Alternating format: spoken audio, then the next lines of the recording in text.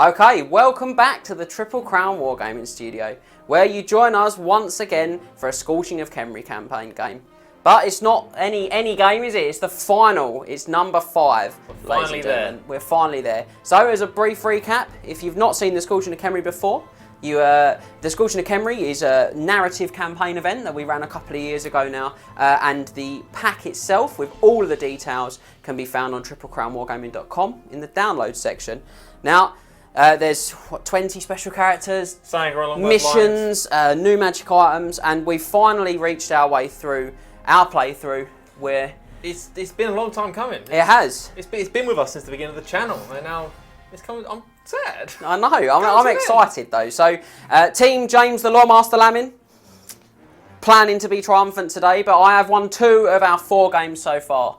So this is very finely poised. Now the other team is Team Max the Chieftain Hurley and Scott the Duke McHugh, who is not here today. He's not. No. In fact, he's being represented solely by you for the final mission. Carry the team on my back as I've done the entire campaign. Sorry, Scott.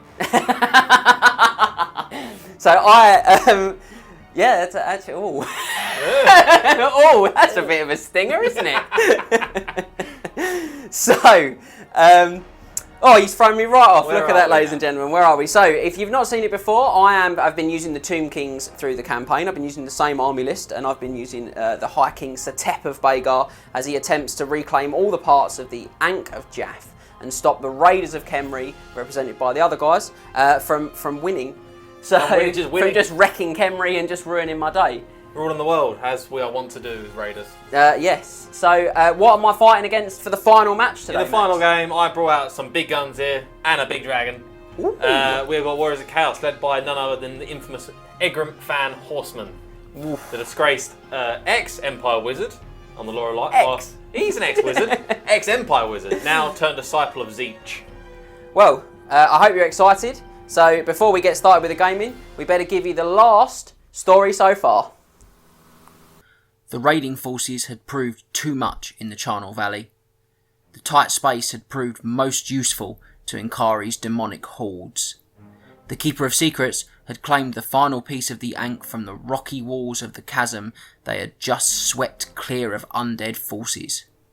She leered at her fellow demons. She had a portion of the Ankh's power now, and none would take it from her. Setep surveyed the valley silently. The armies of Preservation's lines had been broken, and the filth of chaos now had the fragment. Worse, there was nothing he could do about it. Realization was dawning. The armies of the undead were depleted. The magical animus that kept them fighting was fraying at the edges. If only he hadn't committed his reserves at El Kalabad, perhaps he could have defended this necropolis now. Duke Albrecht was the first to approach the king. "We are a little short," he began. Setep did not respond. Next interjected Hothar the Fey. He and Emmanuel Leibovitz began to express ideas they had clearly already discussed. "You have allies here. We still have plenty of troops. We'll defend the necropolis, and you can wait with your guard at the chamber's entrance." The Tomb King was uncomfortable about such an offer, but had little choice but to accept. "I think we have a plan." "Just one last thing," interjected Thalandor Doomstar. "Setep gets all the pieces of the Ankh now."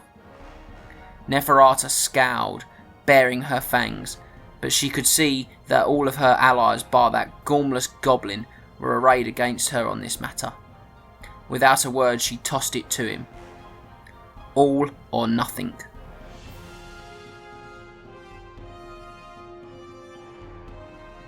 So, now we're going to go through the Warriors of Chaos army run-through. And leading the army, of course, will be Egrimm Van Horstman, the Warriors of Chaos special character from the Scorching of Khemri campaign pack. He's obviously mounted on the great Chaos Drake Baldros, and he has all of his unique magic items that he comes with as standard.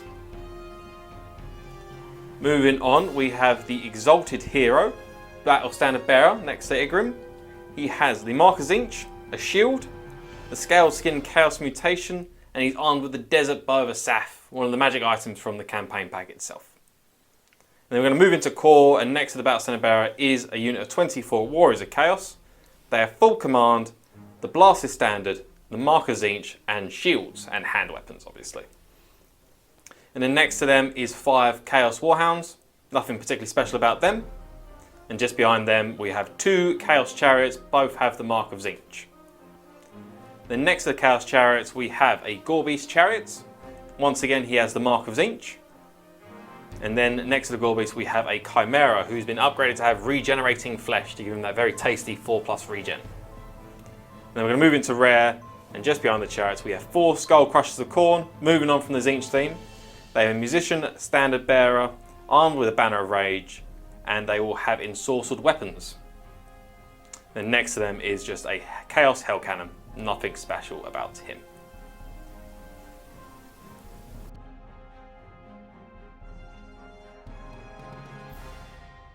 Okay guys, you've seen this all before, but we're going to go for a one last time, our 5th and final run through of King Setep of Bhagar's Tomb King army that we've been using for the whole Scorching of Khemri campaign. So, speaking of King Setep, he is leading our army once more.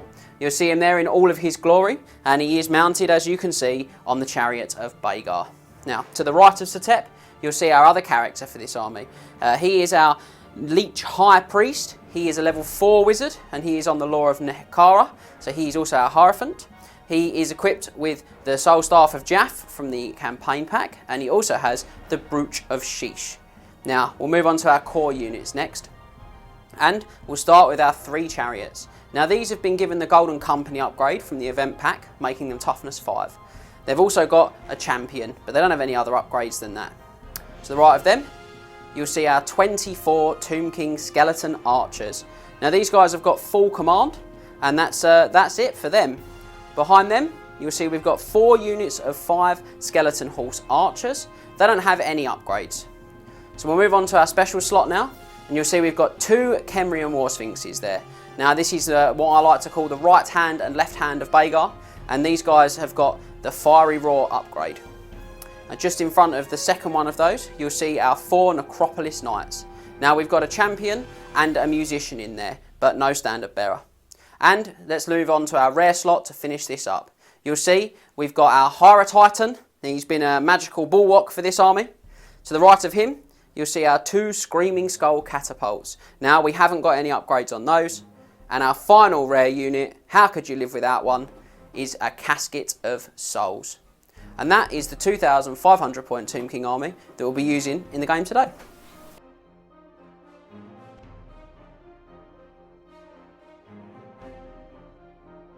Game 5 of the Scorching of Khemri campaign is the Fate of a Kingdom.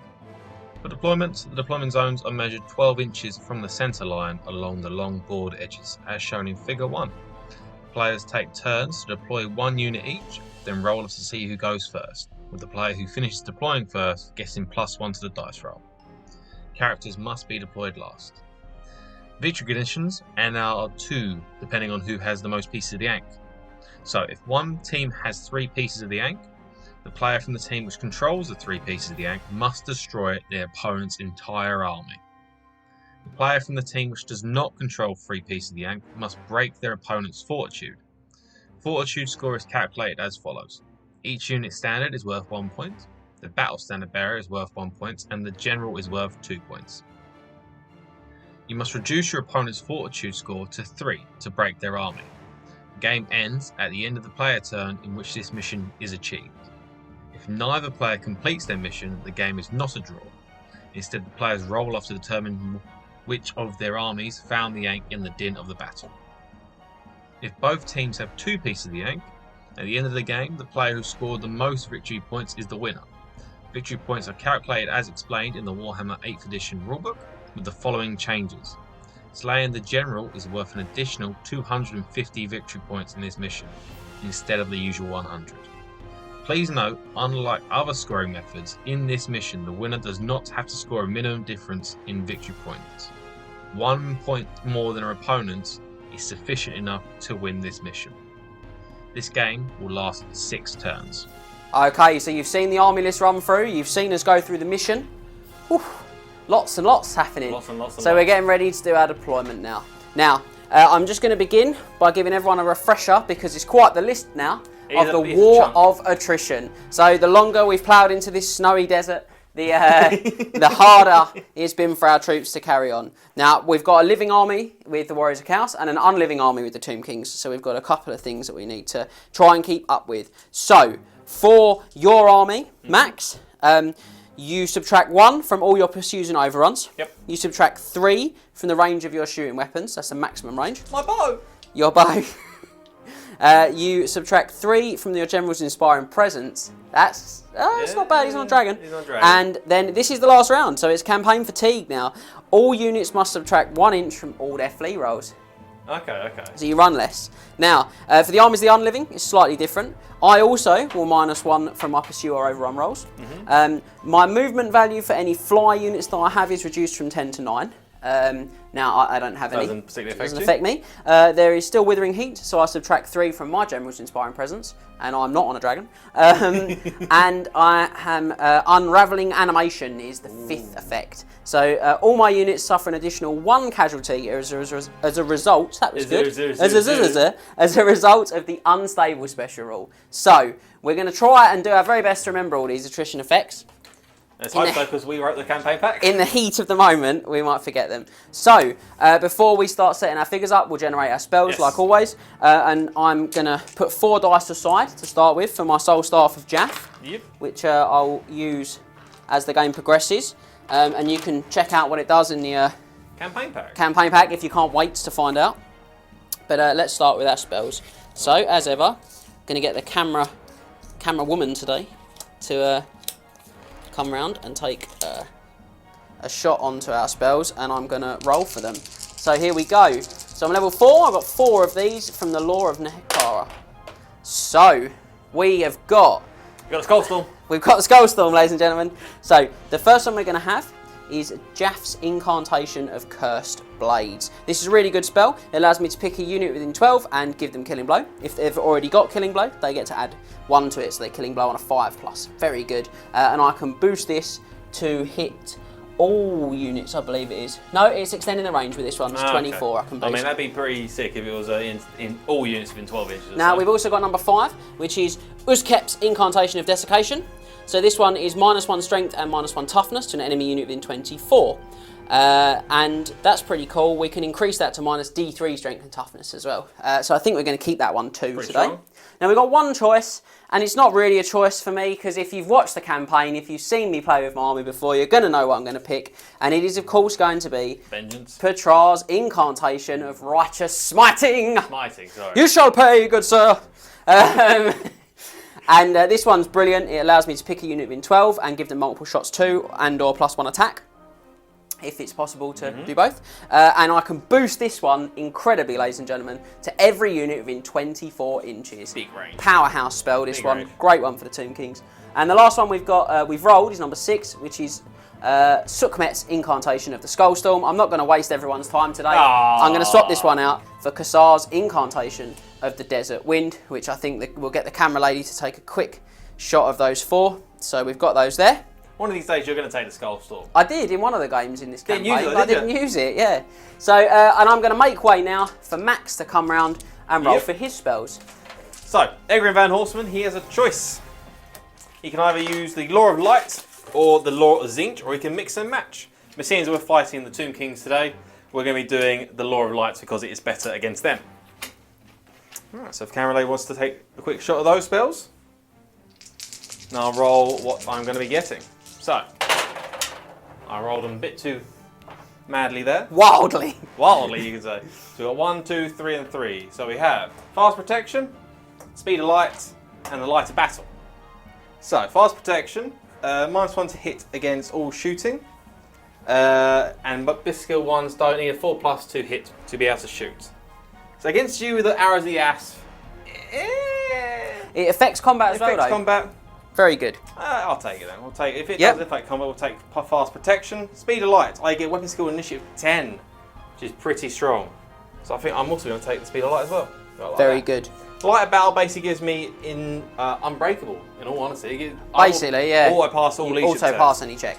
So I have my leadership 8, maybe. We all know what I'm like with leadership. -3 to your to your inspiring presence as well, man. -3 to the I'm gonna be risky. I'm not gonna take it. Ooh, bold! We're gonna swap one of the 3s to Shem's Burning Gaze, which is D6 strength 4 hits, which can be increased to strength 6 if needs be. So it's pretty strong. And I'm undead, so they're 2d6. You are, so it's 2d6 hits. Even worse. And then the choice we had before, we have Net Avantok, Banishment, or Biriona's Time Warp. I think I'm gonna go with Biriona's Time Warp. What a shock. So, spells wise of what we do have, we have Shem's Burning Gaze, Fast Protection, the Speed of Light, and Biriona's Time Warp. I didn't say what Biriona's does. It gives the movement targets, a unit within 12 inches, they gain, their movement is doubled, and its attacks are increased by 1 until the start of my next magic phase. And I can boost it to affect all units within 12 inches. They also gain always strikes first. They do as well. Very good. So those are my 4 spells then. Right, so I'm going to pass you a tape measure, sir. Thank you very much. And we'll get this going. So, should we roll off to see which of us is going to deploy first? We will. So, here we go. Oh, 3. It's a 3 for the Warriors. What are we getting for the Toomies? A 3. Oh, we'll have to go again. I mean, if we get a draw this time, the game ends. Not reroll. Oh! Game ends. We're building it up. We're building up that excitement. GG. 2. Oh, this is going to be a crown. I can feel it. Give me a 2. What's going to be? Ah! Not a 2. So, it's. Would you like to deploy first or second? How many drops do you have, my good friend? I believe I've got 13. I have 9, so It's I a think lot. you can drop first. I've got a lot of drops. You I do have have a to lot of double check very quickly. See, again, it's always not scripted, ladies and gentlemen. I always say this because I always forget to count before we start. You even asked me how many I drops did I did. 6, 7, 8, 9, 10, 11, 12. 12. Apologies. So you still have more than I do, so you can drop first, my friend. So, this deployment, as you'll have seen from the mission card a few minutes ago, is just a standard 12 inches on along the long board edge. So I'm going to begin. Oh, I wonder if people will... Wonder what's going to be going down for the first 4 drops. First 4 drops. Could be using some of my denied flank tactics against you. Oh! We all know that I tried that. Right, and so I think to counter the horse archers, I think we're going to put down our own unit of pooches. I'm very excited about this today because we've got 2 pieces each. This is actually going to make for a much more exciting finale to the chaff unit. Their points are going to be coming to. They might come to clutch. This is it because we've got 2 pieces. I'm sure you've seen from the mission, but because we've got 2 pieces of the Yank each, 1 victory point is sufficient to win this entire. Whoever's got 1 more victory point than the other at the end is the winner. Wins the entire campaign. This entire campaign rests upon 1 victory point now. Exciting. That's my 2nd regiment of skeleton horse archers. I've got no more chaff, so better start putting something down you care about. I mean, we'll put the thing down I care about the most. Go big or go home. Oh, here they come. I think we're going to put the units of Warriors of Chaos. We're going to put them just about there, I reckon. On the hill. This is my hill. Get me off my hill. I'll try. Like so. What a surprise. I'm going to bring on my 4th unit of skeleton horse archers, mate. 4th or 3rd? 3rd. You can count. I'm going to do my... Oh, we're having a bad day to start with. We are, yeah. Right, so that's your 3rd unit. So I'm going to put down a singular chariot. Okay. And what markers the chariot got, mate? Zinch. Ooh. We're trying to be themey apart from the Skull Crushers. Yeah, themey with skull crushers. You love to see it. So no frenzied kiting. No frenzied kiting today, no. So our last regiment of skeletal horse archers is down. Gone with a wide frontage here, but yeah, Vanguard team. Yeah, we've got some tricks we can still play. Some tricksy tricks. I think we're then going to put down a lovely Gorby's Chariot. Pop it there. Okay. Also has the markers each. Well, you know what? I'm pleased to see you going thematic here. Right. Well, I suppose. For the purposes of for the avoidance of doubt, let's get some archers down. The big unit. Yeah. Baldros is going for you. Not Egrimm, just Baldros.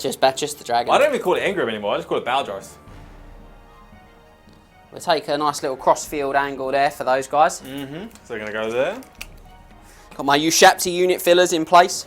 I think I'm gonna put Just for everyone at home, I'm not using Ushapti as part of the unit. They just count as 4 skeleton archers. I just love the height and the awesome rule of cool they give really my good unit. Fillers. Unless you're Nick Gowan, who wants to take a unit 6, 1 by 6. Because he's a legend, mate. You could say that. I love that we get to shout out to like the people that subscribe and that watch at home. That's like my favourite. Again, that's for you. I want to see that unit. So we're going to put down a second chariot down here, once again with D markers each. Well, I'm starting to run out of things I don't care about anymore. Oh no. So let's go big. Golden Company, baby. Here they are. They've actually not done too bad this campaign. Do you know what? They've been okay. I find they're less good if they have to go through that wood. Just okay. Just skirt their way through. They've just been, okay. So my Golden Company are down. That toughness 5 on my Chariots there is pretty strong. Gonna help me out today, I hope. I am also going to put something down I might care about. I think we're going to go with the Chimera. He's going to go like so. Just pop himself like that. Interesting. Very, very interesting. It's also my first outing with a Chimera. It is, yeah.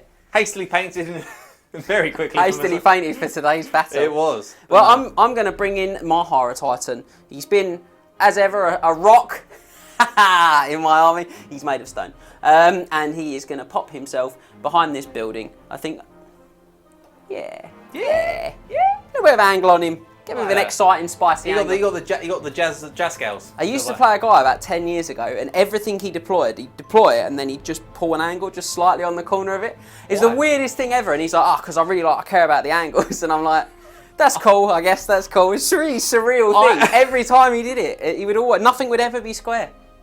It just doesn't make sense. Doesn't have to make sense, I suppose. People do quirky things, don't they? They do. Right, then we're going to go for... I kind of made a mess with here, my deployment. Yes! I'd love to hear that. I ain't got anywhere to put the Skull Crushers. Why don't you put them over here? Right over there. Right in front of the... Behind the big impassable terrain. Behind the big impassable terrain with the fast cavalry unit available for redirection shenanigans. I think we're not going to do that, surprise. I think we're going to go with a slightly different formation of 2x2. Oh! Over here. The Juggernauts go 2x2, hurrah! Hurrah! Oh, that's deeply ingrained. We're sad. We certainly are. That does actually slightly change some deployment I was going to look at, because I was thinking of going reactive and playing over there. Now I think we're going to have to snake our way through. Sliver. And prop it up with, say, I don't know, something. I'm going to pop my tape measure under it for a minute so that the camera lady can go back to max for a deployment, and then I'll get something to tuck under it a little more permanently. So my final regular deployments will be a Hell Cannon. Just pop it there. Make sure we're all in 12 inches. Slightly forward a little bit on some people. But yes, we're going to put a Hell Cannon of Chaos just behind the building because, as we all know, Stone Throwers love a bit of no line of sight. Stone Throwers rock. Talking of stone, here they come, ladies and gentlemen. The right hand of Bhagar, the left hand of Bhagar. I know you've been busting to see him again. The Key Cats themselves. I'll put the right hand on the right. I know that Scott got really OCD about that in the last game. Put the right hand on the right, and then Setep's going to go on his left. The right hand of Bhagar, ladies and gentlemen, in place. That is a Khemrian Warsphinx. Khemrian Warsphinx with fiery roar, I'll have you know. Then I'm down to my characters. Interesting. I think we're going to go with, surprise, our BSB is going to go in with the Warriors Chaos unit because really that's the only unit you can go with. And then the big man himself, in all his glory. So huge. He's such a big model. Very cool though. Rule of cool cool comes in here. I've been so pleased with the cool stuff in this campaign actually. Big Keepers of Secrets, we had like the Chaos Dwarves with the classic like 90s retro Chaos Dwarves for this campaign. We've had some cracking models on here. So yeah, Egrimm Van Horstman on Bhagar is going to go there. Keeping an eye on the Chimera because they haven't got great leadership. Maybe let's put a spanner in the works for James' next cat. I think he's going to just have to... Oh, it's such a difficult choice now. I too am a touch chawed up because I've got so many models. It's been a recurring theme through this campaign. Yeah. He's trying to sort of get tight enough and look after my boys without exposing myself. So the left-hander Bhagar is going to go down there. And then as you're out of deployments, I'm just going to pop my artillery down. So I think I'm going to go with Screaming Skull here. I'll put the crew on in a second, ladies and gentlemen. And I'm going to put the second one about here. And then I think that Casket behind the hierarchy. Yeah, I was thinking that, but it's a little exposed. So, but yeah, I think the casket will go here, and if it explodes, it will damage all my own figures. Now I'm going to put my characters in, and I'll drop my my crew for my artillery on when Between the betweens. Yeah. So here we go. My Hierophant. Here he is. He's going to join the chariot unit. He is. Could you imagine? He's going to pop himself in the corner of the unit here today. I'll check. Today, as if it's the first time he's ever. Well, he might go in the other corner sometimes. You've been very unpleasant. And here he comes, ladies and gents. He will not leave the hill uncontested. Many of you might be screaming at your TVs now, your YouTube screens now, saying, "James, you're crazy. Why are you putting him opposite that gigantic dragon?" Because I believe. Believe that the Baldress will tear the king Oh, apart. I'm so excited against that dragon. But who cares? Because he's a Tomb King. He fears no chaos spawn creature. But you get +1 to see if you go first, sir. We do, because we are now fully deployed. You got Vanguards before you did the +1 roll. Oh, I do. That was very good. I can remember rules. You see, I was just keeping you on your toes there. That's all that was. So I'm just going to pop my crew in. There they go, ladies and gents. They're on. So Vanguards. So we're going to... 2 units of Skeletal Horse Archers to protect this swing against Chariots and Skull Crushers. 2? 3! What are you talking about, man? And the right hand of Bhagar. And the right hand of Bhagar. Yeah. And then I think these guys are going to gallop across a little bit too. Clippity clop. Yeah, just to get them into a slightly more favourable position for me. So, now we'll roll. Now we'll roll to see who goes first, ladies and gents. And it's going to be a tense one. I'll roll my dice. I get +1 because I finished deploying first. Oh! So I can't beat that. He's got a 7. I'm going to roll just for good practice. It's a 4. It's a 4. It's not bad, but it's not a 7, is it? It's not a 7. So we're going to move into Warriors of Chaos, turn 1. We certainly are.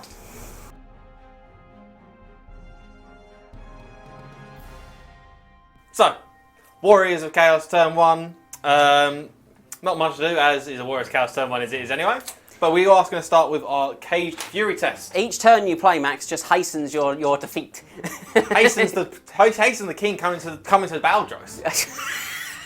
I love the way you think you can. He's going to turn and run out the back line. I bet Hill plays in the background, yeah? Maybe. Other comedy heroes are available. Sketch, other comedy people. So we're going to do our Caged Fury from the Chaos Hell Cannon. He needs to pass the leadership test, or he's going to go absolutely crazy and go towards the run into that building. Probably. So, leadership 9. Ooh. Oh, that's a 5. Ah, he's fine. So leadership 8. He's leadership 9 because there's Chaos Dwarves there. The highest leadership in my army because Egrimm's only leadership 8. Is he only 8? Yeah, he's only 8. He's Chaos Dwarves for Lord Mate. So he's fine. There's no charges because I don't think I am going to be within a charge distance here. So 7-inch move plus 12, which is 8, 19. Yeah, I'm out of charge range. 8, 19. 8, 19. I'm max early. So there's gonna be no charges at all because I'm not silly. I'm not gonna just chuck the Chimera towards you. Why? Because there's no need to.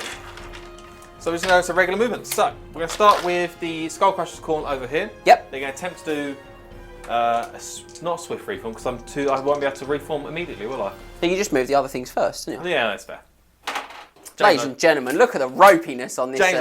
On this Chaos General. So they're going to go like to there. Yep. Chariot's going to go like so. Other Chariot's going to follow suit. Don't you love chariots that hide behind dogs, ladies and gentlemen? That's what they're there for. Right, and then we're going to attempt to swift reform, as I said, with the Skull Crusher's Corn. Leadership 9 because we have a musician. Is it +1 to swift reforms, I believe? Oh no, that's rally. Sorry, I'm thinking rally. Sorry, so leadership 8 for them. Trying to cheat. They're fine. They're fine. I'm getting dangerously close to my leadership. Yeah, I can feel your fear of the tests rising. Already. Just wait till Egrimm runs away. or goes down the hole. Well, so that would be very anticlimactic, that would. They're going to trundle on 7 inches. Because the Juggernaut's not a fast boy. No. He's a very slow boy, but he's a heavy boy.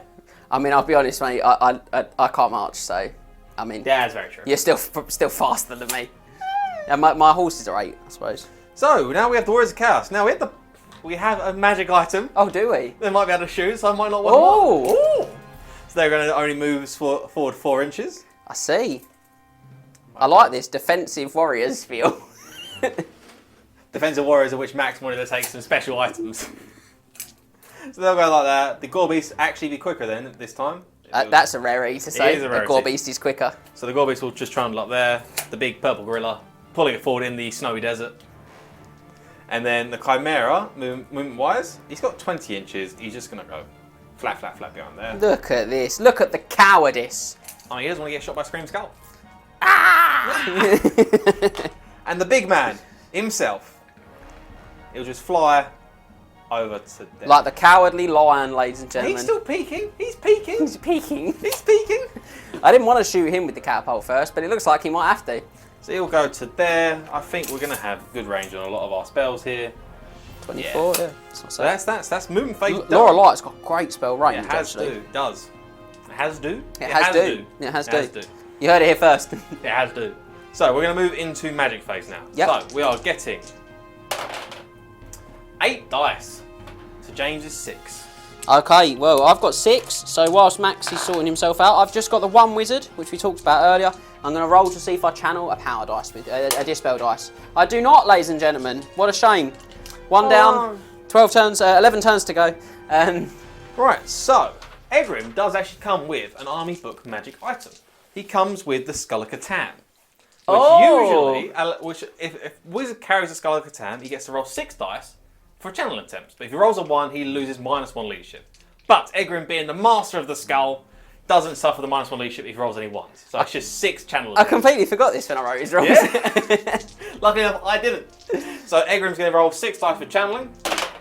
He's going to get none. That's lucky, because he would have also lost 3 points of leadership. Ooh. That would have been harsh.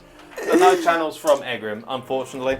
I can see that maybe not doing anything this game. No, he'd probably roll 3 next turn. So that's that. So we have 8 dice to James's 6. That's not bad return for the Tomb Kings. It's not, indeed. So, we're going to go like that. I think... Ooh, what are we going to start with? I think we're going to start with...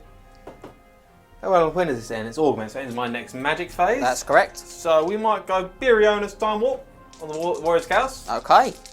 I need 3 dice, I need a 12, so I need to roll 8 dice. Okay. I need to roll 8 on the dice, yeah? Ooh. We roll 8 on the dice. I'm going to be honest with you, the doubling their movement to 8 is very, very cool. It is, so yes. I'm going to take a quick check to see what you might be able to charge. And the answer is still not a great deal. So I'm going to take the executive decision to allow you to have that spell without contesting it. You fool! You've fallen into my trap. I wonder if I have. There is no trap.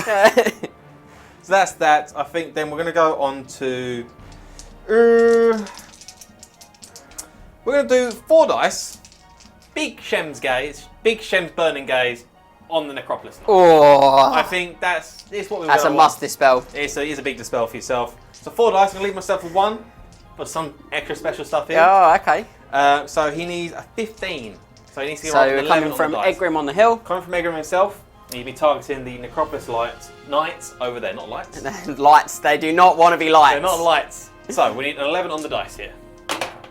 Oh, he's only gone and total powered. Ladies and gentlemen, on turn 1, Egrimm Van Horstman has gone for a miscast. He's going to go down the hole, isn't he? Right, so we'll resolve the hits We'll first. resolve the hits from spell. So it's D6, it's usually D6 strength 6/6. It's a boosted version, but because he's undead, it's going to be an extra D6. It's going to be 2D6 strength 6 hits. Oh, this is really going to hurt. So we're going to get 6. hits. Okay, it's not as bad as it could have been. I am toughness 4. Toughness 4, so we have 2s to wound because we have strength 6. It's 5 wounding hits. Okay, now I can actually save just Make sure you have a 3 up armor save. rarity for a Tomb King. I do have a 3+ armor save from my light armor, my shield, and my stone hide mount. So I need to roll 6s though, so only crowns will do. Only crowns. No crowns. Could not have really been worse, that. So we're going to take Necropolis Knight off, and we're going to have our second Necropolis Knight down to a 1 wound. Oof. Like so. Well, that was upsetting. Well, not as upsetting as what my miscast might be here. So Just- Egrimm, here we go. Might be a master wizard, but he still can pull down holes possibly. Let's see what he gets. Oh, eight. everyone that can generate power and So dispel it's dice. just himself then. Yep, So yeah, everyone that can generate power dispel dice on my side will suffer a strength 6 hits. that's correct. So with the dragon, it only hits Egrimm. It hits a blow. Just Egrimm. Just Egrimm. So Egrimm is toughness 4. So it's 2 to wound himself. He does. He has chaos armor and he is mounted. So he's a 3 up armor save. Yep. So which then strength 6 will go down to a 6 up 6 armor. up armor save. stays on the armour. Have a word with yourself. And he loses D6 dice, so I've only got 1 dice. So I'll So lose it you all. lose that dice. That 1 dice was going to go a cheeky fast protection on himself. Really? So that's 6 wasted dispel dice, ladies and gentlemen. Indeed. You So hate to see it. So that's the magic phase over, and now we're going to move into the shooting phase. And the Hell Cannon, I think it'd be rude not to. The left hand of Bhagar is in the iron sights. So that's the Hell Cannon behind the building. Yep, so the Hell Cannon here is going to be shooting at the Warsphinx over there. Do you have the artillery dice, please, James? I do. You do. You can't have it. I need it. So, we hoping for hits here? No, 8 inches, basically directly backwards. Backwards, yeah. So it's going to be landing about there, ladies and gentlemen. So that is a no-go for the Hell Cannon's first shot. Not as good as what it was last time I was using it against Scott, which he absolutely wrecked face against Scott. Machine, wasn't it? So that's it for my shooting. No, it's not even my shooting. I have the Desert Bow of a Oh, Staff. have you? So the BSB, the exotic here at BSB has the magic item, the Desert Bow of the Staff, which is a campaign special item. So it is 36 inch, I believe it's 36 to 24. Either way, it's going to be in range. Yep. I'm going to check the range whilst you do that. If it's 24, we're still going to be able to hit what we want to hit. Okay. So the exotic BSB here is going to be shooting at the Necropolis Knights over there. And Desert Bow of the Staff, it has multiple shots 2+. You might think so, it's pretty poor on an exotic hero because of his BSB skill. You'd be wrong. Because the Desert Bow of the Staff always hits on a 4+. It does. Guided by the winds of the desert. It is. So 2 4+, I get 1, which is alright. So equal hits and strength 5. Oof. So it's 3s to wounding because your toughness 4. Toughness 4, yeah. Doesn't wound. Yeah. No, that's upsetting. So no wounds there. So now No more saves for me this turn. no more saves. That is now is it for the rest of the end of my turn. It wasn't too bad. Egrimm very narrowly missing a hole. And then we got rid of 1 Necropolis Knight, which is quite big. Almost a full 2, Almost 2 actually. Necropolis Knights, yes. So that'll be it for the Warriors Chaos turn 1. We're going to move into Tomb Kings turn 1.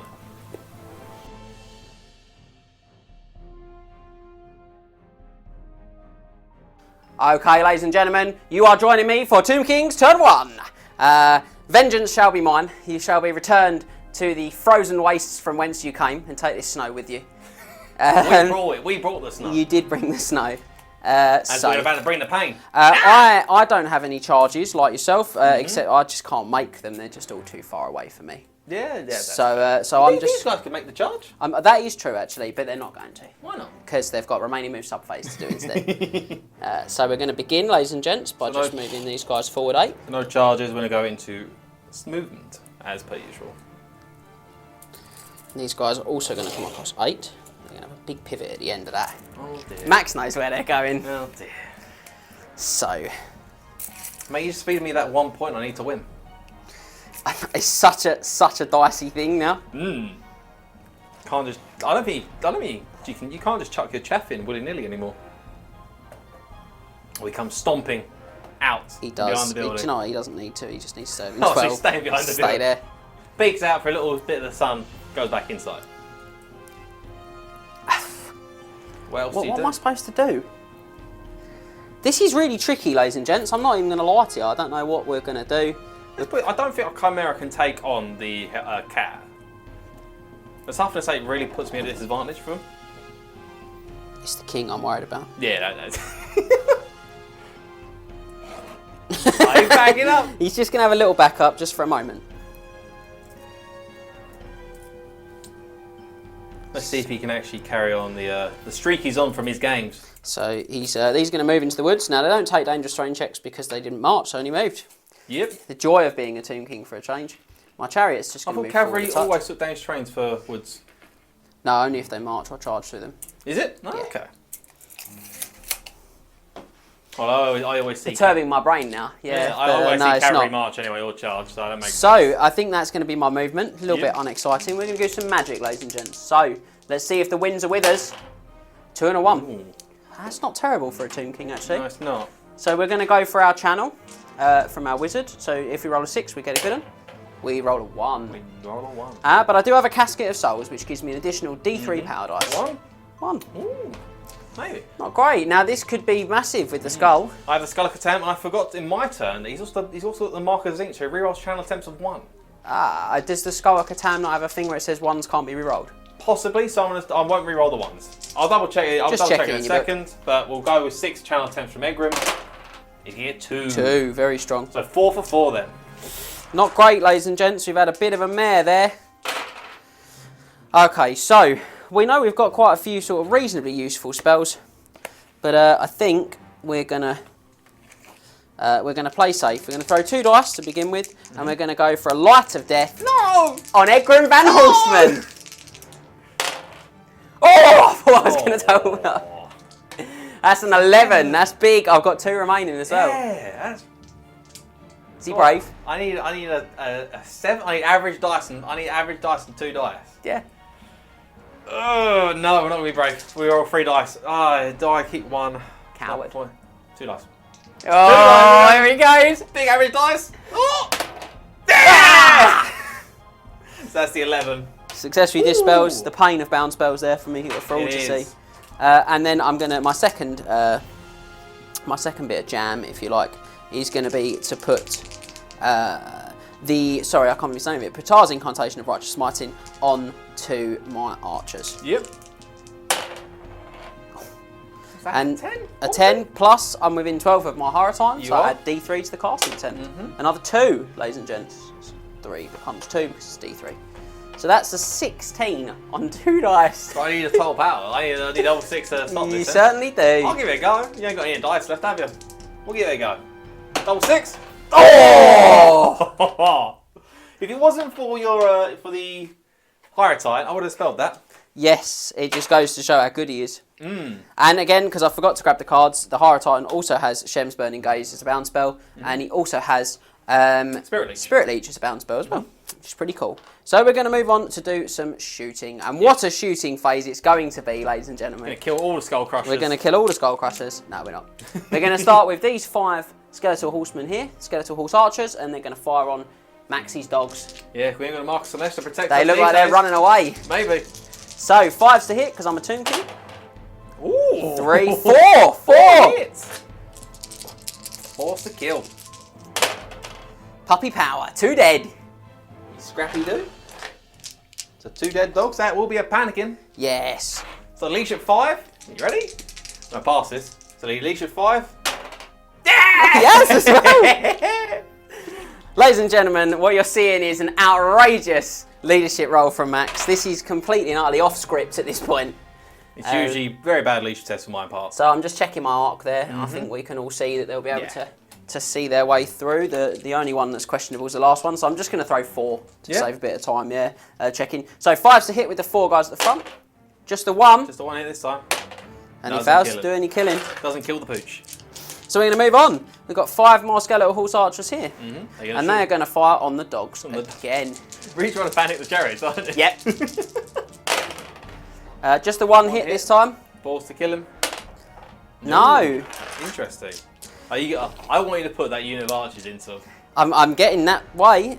So I'm going to finish up now with the Chariots. I got 6 shots into the dogs as well. Hit them 5s again. 3 hits. Ooh, Could be enough. 4s. Oh! 1 left. 1 pooch left. Last dog standing. Are those archers in range? I'm going to check. So we're going to check the arc and we're also going to check the range. So, arc is fine for him. Do you want to check if he's 24 away for us? That is 24 there. Ah, he's fallen just short. Just short by an inch? By like half inch. Half inch. Oh, you hate to see it, ladies and gents. You hate to Or you see have it. to put the big unit into. Maybe, but we're going to wait first. We're going to that Chimera is very well hidden from my chariot, from my catapults. Yeah. And I think we all know that I should be shooting Egrimm Van Horstman. Please tell me put a catapult into the dog. I'm going to start by shooting this catapult on the head of your hell cannon. Ah. So, Shrimp Sky over there. It's going to be shooting onto my hell cannon there. So, you need the artillery and dice and scout. I certainly do, sir. Here we go. Oh, bang on! This is the first time I've actually hit something, isn't it? The entire campaign. I think they were alright in game 1. Game So, we are strength 9. You are, so I'm toughness 6, so So 2s. 2s. Yes. So Oh, we're strength coming 9 in. Goes through my 4+ armor save. I do have 5 at wall save for being part demon. So, 5 plus.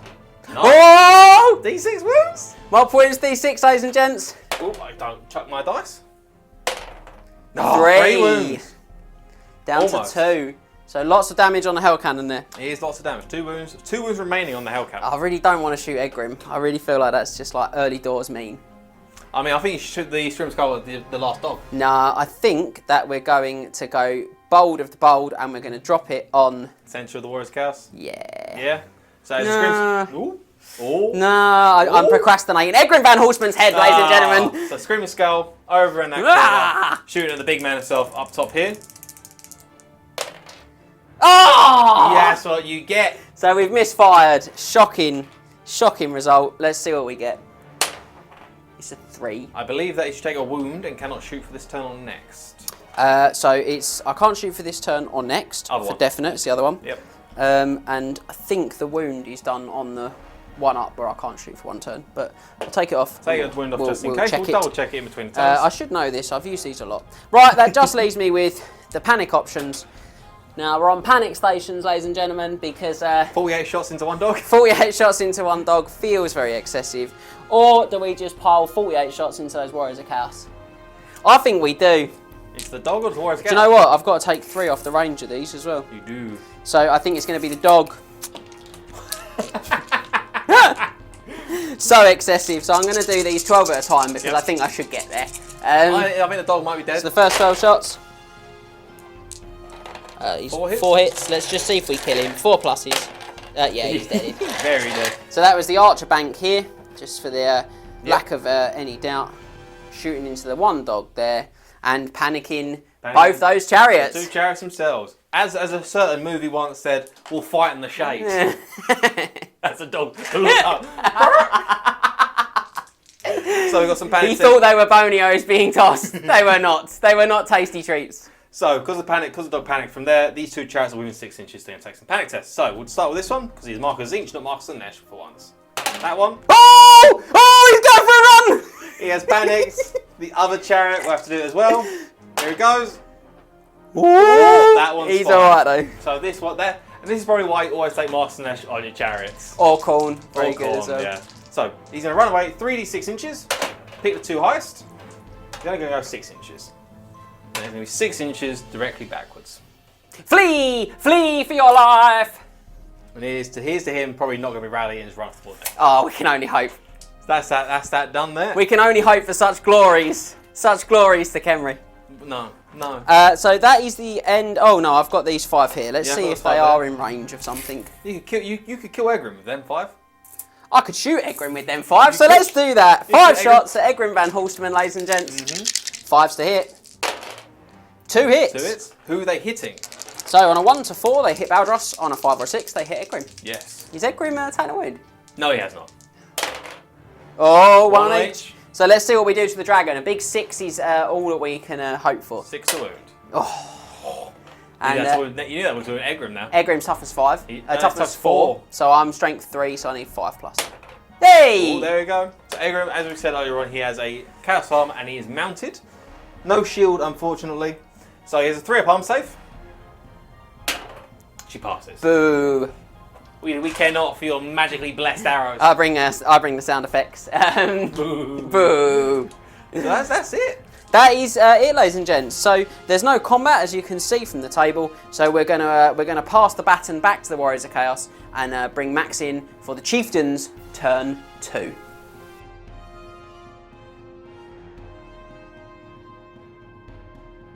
So, Warriors Chaos turn 2.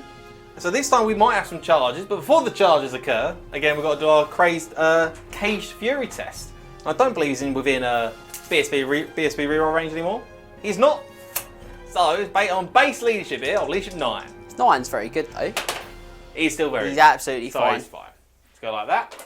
Boo hiss. And then we have our charges to declare. So, the Skull Crushers, I think they're just going to be in front of them all game. It's horrible because you're going to charge them and I'm going to give those victory points away. And 1 victory point is enough in this mission. It is, yeah. 1 is enough. But you need So- to kind of stem for them for about 2-3 times. Yeah, it's difficult. So, I need to get the points elsewhere. Skull Crushers in. I'm going Yep. to charge the first unit of Skeletal Horse Archers. Yep. No double fleeing tactics for you, my good friend. No, I'm afraid not, sir, because I'm dead. You're going to be dead in a minute. Not this again. So, they're going to charge into them. That'll be it for charges, I believe. Okay. They are movement 8, but it's still quite a long charge. I don't actually think they can make any of them, to be honest. Yeah. I didn't double check, but they could just, if they rolled an 11, catch the Sphinx, and Same they would for the also need an Chariots. 11 for the Chariots as well. We won't charge them. Big numbers. It's big numbers. We don't particularly need it. So, it'll just be these guys charging into here. What are they getting? Getting a 6 plus 7, so they're going 13 inches. Lucky for Skaven. It is lucky for scaling, not so lucky for the Skeletal Horse Archers. Well, it depends on your point of view. Maybe they want to go back to having a kip in the team. I mean, I'll gladly help them on their way. So now that's that done. And now we've got to rally our fleeing troops. No, we don't. Keep running. What's his leadership? Leash bait. He's Oh. Scout Warrior, so he's leash bait, so we need to roll, get our leash. He's fine. But he can't do anything else this turn. For whatever reason, he was scared of the single. He was very attached to that single dog. He that was. died. He was. I'm going to call him Fido. He'd had him down the vets last week. Not Fido. Fido's too nice. It's Cujo. Other evil movie dogs are available. Cujo's dead now. Oh. Right, so then we're going right into regular movement because we ain't going to do any more charges. So True though, those warriors have got 16-inch march if they want it. They do, which I want to use my bow. I paid points for that bow. I want to use my bow. Paid for blood. I did pay for blood. So this chariot is going to move up 8 inches, just straight forward. Come have a go. Think you're hard enough. And I probably do think that I am in fact hard enough. But with the right-handed Bhagar. With a big rocky boy. Don't worry. We got protect. We got support there. The Gorby's trundle up as well. The Warriors of Chaos, I think they're 8-inch regular movement. Takes Yeah. him to the centre line. Where's it going to rock up, mate? You want to send the Golden Company in? I do. I very much do. Big on again. So that's that, and then we're going to go on to the 2 big flyers. So, he's just there. He's just there, isn't he? What noises does Chimera make? I don't know. They're sort of varied, aren't they? Sort of like a. I'll tell you what noise he's going to make now. So he's just going to fly up to there. You're mad, sir. Mad enough to say Chimera. So I think you're out of arc for the Necropolis Knights. Necropolis Knights. So the king thinks he's big enough. And he does. Bold claim. So then Egrimm himself, I think, is just going to fly his big wings to there. I think might be a dangerous proposition with that though. No, he's fine. He's out of the arc for the Khemrian Warsphinx. That's that. Bold plays here. Big bold plays. We're going to see what we can do now. There's some big bold plays coming, I think. So, we're going to go into the magic phase. So, the 2d6. Get 9 power. Oh. Right, well, I'm going to go for my channel whilst Max collects up his 9 power dice. No, I still haven't made it. Haven't paid the bill. No additional channels for me. No channels for you. I want that subscription package. I'm going to have to pay. Pay extra. That's what Pay you have extra. to do. Pay your life. 6 dispel dice, ladies and gents. So then we have 6 channel attempts from Egrimm because of the Skull of Catan. Get the dudes with 11 power dice to James's 6. Almost a big 12. Very, very not cool. So Burianos goes away because it's just an augment. We don't have banishment, those are the wrong spells there. I picked up the wrong deck. Put those ones there. I'm going to pick up the right ones this time. Nice. I ain't got banishment in this game. I'm very pleased you haven't got banishment, sir. So, Shem's Burning Gaze, Speed of Lights, Fast Protection, or Burianos Time Warp. Ooh. We could we could buff the hell out of where's Chaos Unit. I think we're going to go Fast Protection on first. Yep. 3 dice, need 6 to cast it. Go on then. 3 6s, ladies and gents. Oh, he really just miscasted. The Changer of Ways is not pleased He's right now. not impressed. You didn't take any Zench spells, and he's really unhappy with you. He's about it. unhappy. So they're Fast Protection, obviously. So they're going to give them a -1 to hit from shooting and combat. Yep. And if you don't roll this skill, you have to roll a 4+ to shoot. It's very good against chariots. He is very good against against chariots. catapults, sorry. He is. But now my miscast. He's going to go down the big hole again. So, what's going to happen on him? 7. Oh, beautiful. Everyone in base contact. Everyone in base contact will suffer a strength 10 hit. Because he's on a monster, there's no one in base contact. But I do lose D6 dice. You do. So D6 dice are going to be lost. I'll lose 3. Okay, not bad. So my 11 goes down to 5. 8 goes down to 5. It's not awful. It's not awful at no, all. that's a pretty good miscast, I'd say. But you have now got the advantage in Dispel dice. I do. Now, what do I want to go for here? What do I do? Yeah. Beer runners or speed of light on the Chimera? I think we're going to go for... speed of light on the Chimera. We are going to speed of light Chimera. So the speed of light gives him weapon skill and initiative 10. It does. Until my next magic phase. So it's cast on an 8, so I need a 4 on the dice. It's cast. Would you like How to many attempt dice have you got left? 3. So I'm going to use 3 of my Dispel dice, Yeah, and I need to roll an 8 to Dispel. Is that correct? Yes. Yeah. Well, I have rolled a 14, ladies and gentlemen. Ah, dear. No spells for you. No spells indeed for me. So we can either do Bureau's Time Up on the Warrior's Chaos. Today, what Or a save gives Shems. them? Or a Shems, yeah. So we can give them Movement 8 again, increase their attacks by 1, and also gain all their strikes first. The Chariots are probably going to go in, or the cat could be going in. The cat is a concern if he doesn't take the Chariot bait. Maybe. I think I'm going to go for big Shem Burning Gaze on the cat. Okay. On Yeah, I this think that's a cat bold choice, but I think it's the right choice. Yes. So, it's the big one against. We need 15 to cast. We need to show an 11 on the dice for level 4, which we do. Well, I'll attempt I've to got dispel it, although, to be 9, fair, thinking 12. about it, you should have just gone for the little one. 16. It's still sixes. That's true. Yeah. But yeah, so I've got to score a 12. Yeah, you've got to score. Quite a lot on 3 dice. It is a lot. Okay, so that's 7, 8, so I'm 4 short. I'm going to use just one. It's a bold choice, but I'm going to use the Soul Staff of Djaf dice, ladies and gentlemen. To re-roll that one. So I've got 3 remaining. Ah! Hey, you got it, yeah. No. 8, 12, 8, 11, 11, 15. 15. Oh. Big. So we get 2d6. I did the big one because I like strength 6. Strength I get 4. no armor save, I suppose. That's good. There you go. So 2d6 strength 6. That's right. Gonna get 7 7 hits on the big cat, a Khemrian Warsphinx, if I want to be correct. So these toughness 8s, they are incredibly tough. 6s. So we need 6s to wound it. 5 6s would be nice here, please. Just 1 6. Just 1. I didn't even Just see 1. that one, to be honest. One wound. His saves are no use against this, as it's No. -3, and he only has a 5+ armor. So I'm going to put a 4 there because that's how many wounds that he has remaining. And so for the people at home, that was Shem's Burning Gaze from Egrimm onto the Khemrian Warsphinx. And that'll be magic because Egrimm really likes to miscast, apparently. Shooting? Shooting indeed. I think we're gonna go danger close. Oh! Does he kill Egrimm Van Horstman with his own hell cannon, ladies and gents? I can see the cat. I can't see the base of the cat.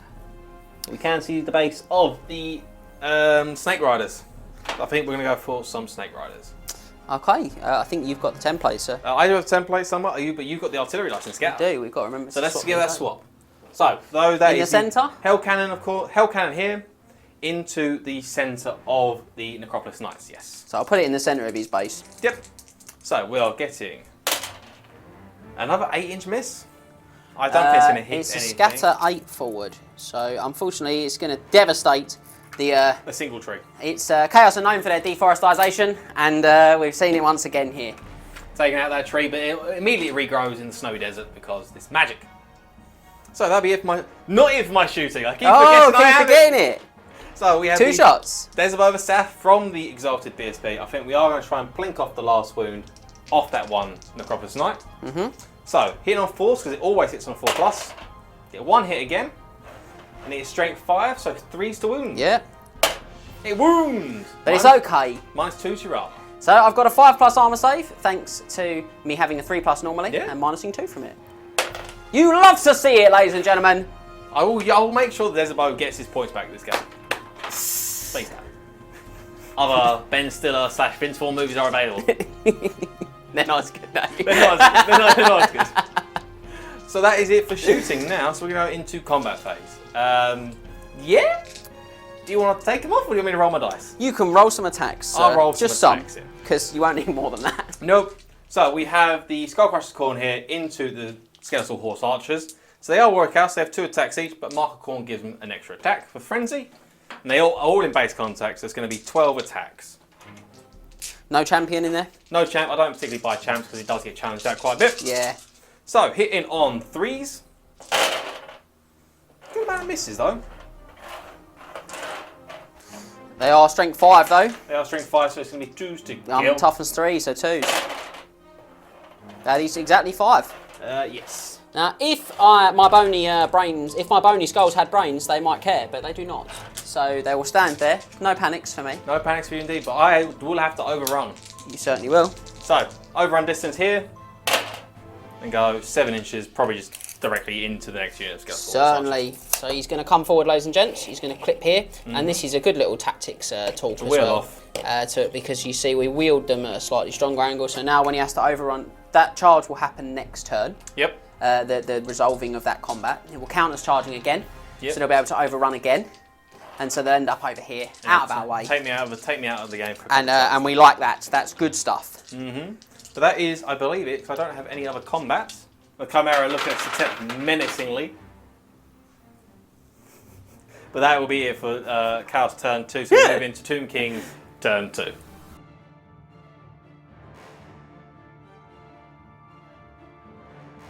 So, ladies and gentlemen, I hope you're ready to see the asp of Setep strike. Like a jackal from the wilderness, the Tomb Kings are going to spring out and do all of their damage. I'm running out of relatively deserty puns. Yeah, you're running out of gods of desert, aren't you? Cactus. We're going to do some charging. Alright, let's do this before you get stuck on this loop here. So, it's going to be really important here that we're the order we move our charges in. So, the skeleton horse archers are going to charge... Heavy cavalry, aren't No, they're not. They're skeleton horse archers, and they're going to charge Egrimm Van Horstman. Mould. At the same time, King Setep, brave leader he is, he's also going to charge Egrimm Van Horstman.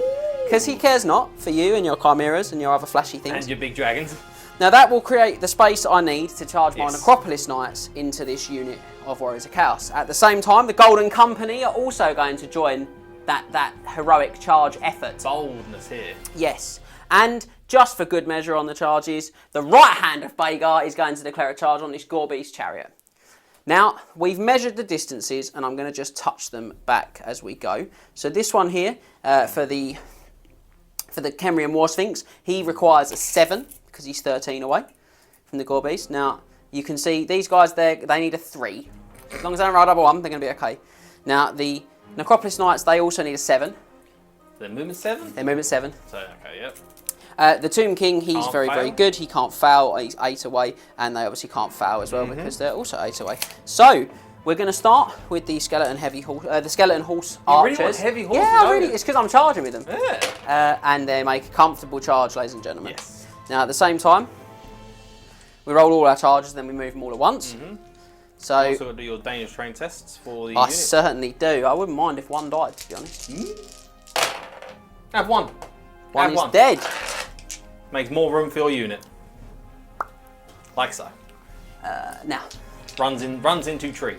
Runs into tree.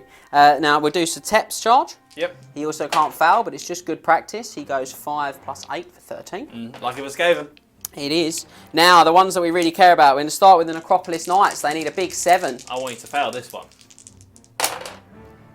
Oh. That's an 8, ladies and gents. I saw the 2 3s. I don't fear the dice. I'm not Max. These guys need 3, so as long as they don't roll 3 1s, we'll be fine. Oh! That. 20-inch charge. I'm going to just take that away now and use different dice as we do the Khemrian Warsphinx. Into the Gore-Beast. Needs a 7.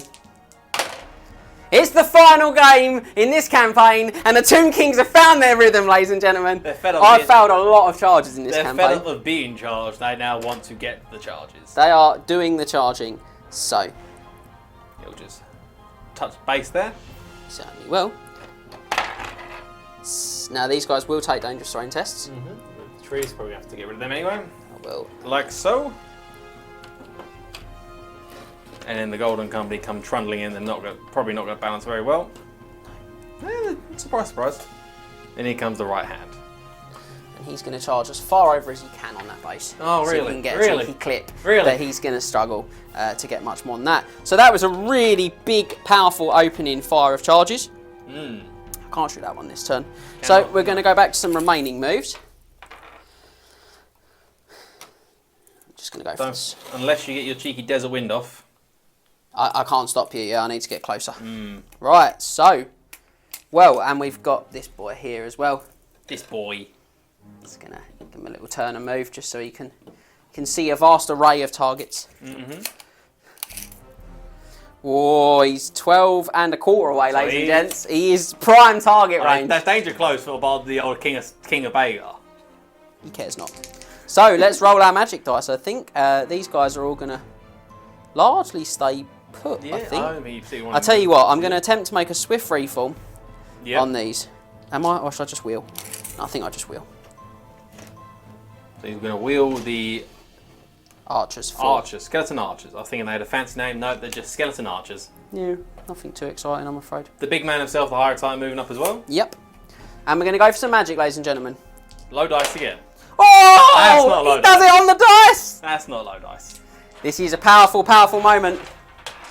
We don't need to see the double 6 dice magic in this pivotal turn. Yeah, this is a big turn to roll 2 I sixes. do have my 6 channel attempts though. And we're going to get 3! It's a lot of dice in his face. It's going to be a big magic turn, 12 ladies to and 9. gents. Right. Indeed. All right. What are we going with first, James?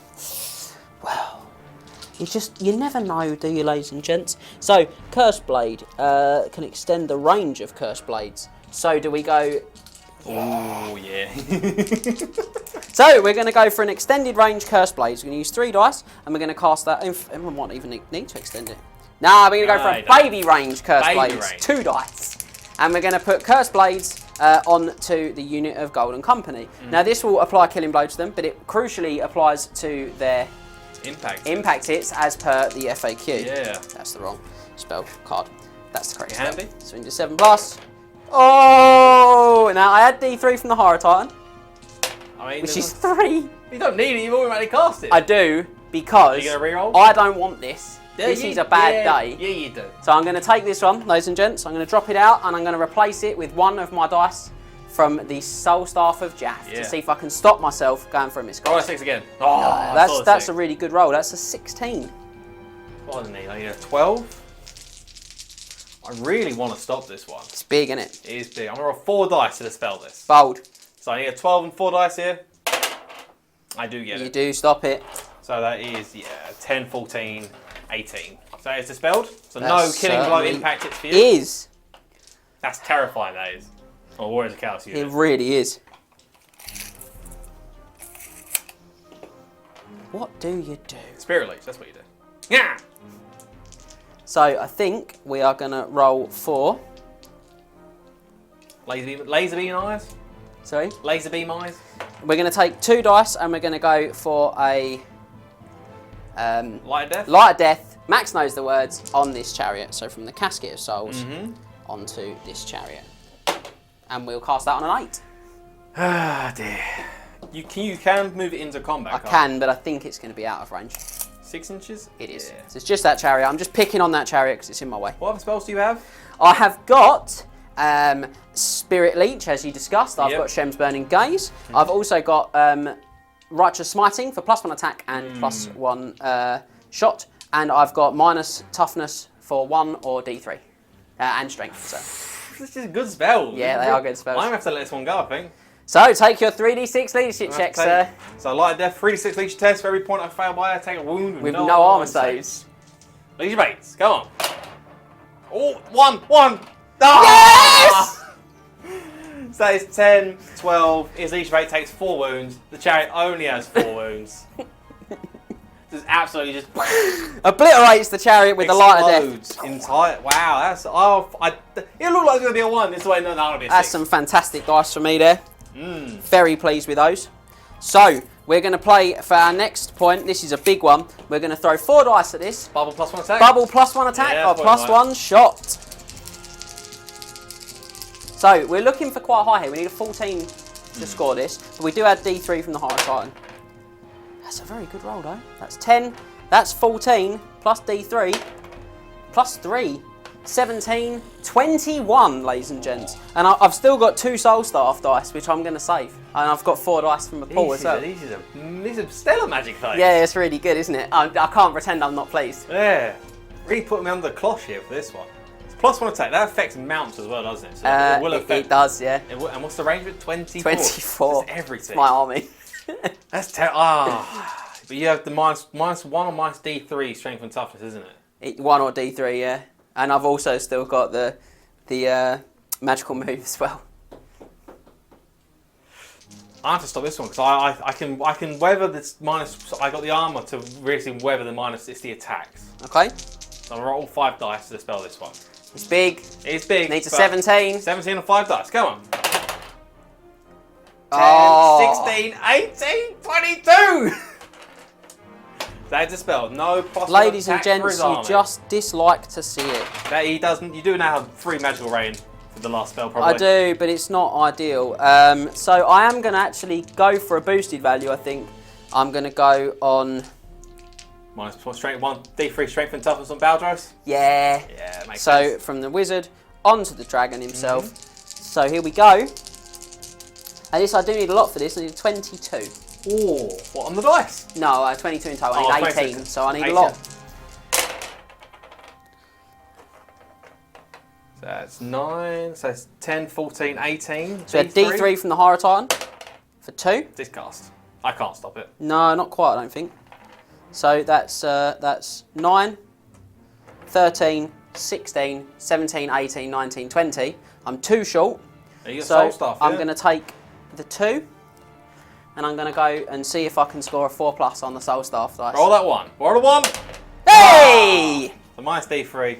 Strength and toughness to Egrimm Van Horstman and Baldros. That is correct. It's big. Roll the 1. We'll roll a 3! Alright. Big moment. Alright. So I got a bit excited then. Egrimm might be in danger. Yeah, he cares not though. I'm in danger. This is just as planned.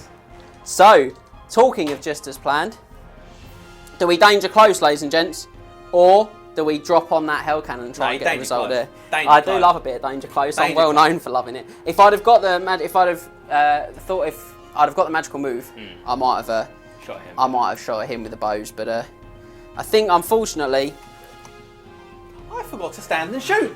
I'm gonna have to. I forgot to stand and shoot. No, we'll leave it. I forgot to do it. I'm gonna go danger close on the Oh, on the Chimera. on the Chimera. Where's the dice? This is where- I care not. This is where So- Setep just gets obliterated. No, it's going to be another misfire, ladies and gentlemen. Very upsetting. Roll that 1. Oh, he's dead! He's dead. He rolled the 1. The Scream Skull Catapult just collapses in a pile of bones. You know what? You can't charge it now. Thanks. Silver linings. So, we've got no other shooting, so we're going to move into combat. Combat. So, Where are we starting? where's the excitement?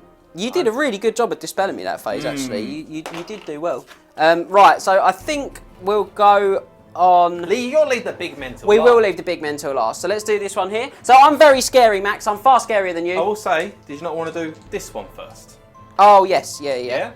I'm a good player here. You're a good guy there. I can see what James is going for with this combat, so James wants to start with the Gorby's Chariot instead. I do. Thank you very much. I'm very scary. Look at how much scarier than you I am. You cause fear, don't you? I cause fear, but you I cause cause terror. So Liche bait, terror test. Or fear test, sorry. So Liche bait, he's fine. Not that scary.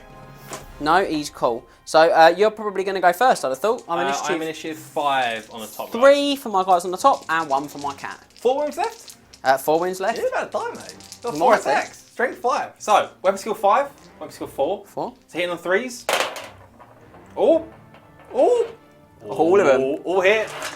Strength 5's got halberds, but your toughness 8, so it's going to be 6s to wound you. Nah, just 3 5s! 3 5s is good.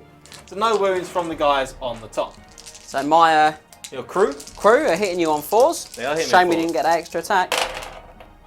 2 hits. 2 hits. For the crew. And they're strength 5 on the charge because they have spears. And I'm they're strength toughness 4. 6. So 5s to wound. 5s to wound me. 1 wound. 1 wound, -2 to my armor. So I go down to a 5+ armor save. Which we pass! Big crown! This is why I like Goys. They are really tough. Really hard to get through, aren't they? They're really chewy. You want to do the beast? You're initially 1, aren't you? I am. So 3 attacks on the Gore Beast itself. So weapon skill is 3 or 4, so it's going to be on 4s. 4s. So 1 hit. I need 5s to wound you. 6s to wound, yeah. 6s to wound, so. No wounds to the Gore Beast. So I'm going to go with the Sphinx himself now.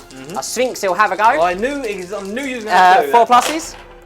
Oh, 3 big hits. He's strength 5, so 5. So should do 1. And we do 1. 1. So another 5+ armor save from myself. Here we go. Yeah! Just can't get through him, ladies and gents. I feel like we're going to be stuck in this combat for the rest of the game. I don't. I think you've not feared the dice nearly enough, and now the time has come. So the only comment there is that you charge. I charge. You lose by 1. I lose by 1. Leash of 7.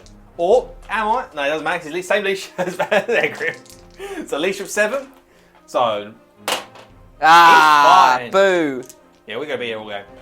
So that's the Gore Beast past the break test there. So we'll move on to the combat with the So Warriors of combat Chaos and my 2 regiments. So you can have a champion, don't you? I do. So I have to issue my challenges. Yeah. So I'm Warrior of Chaos.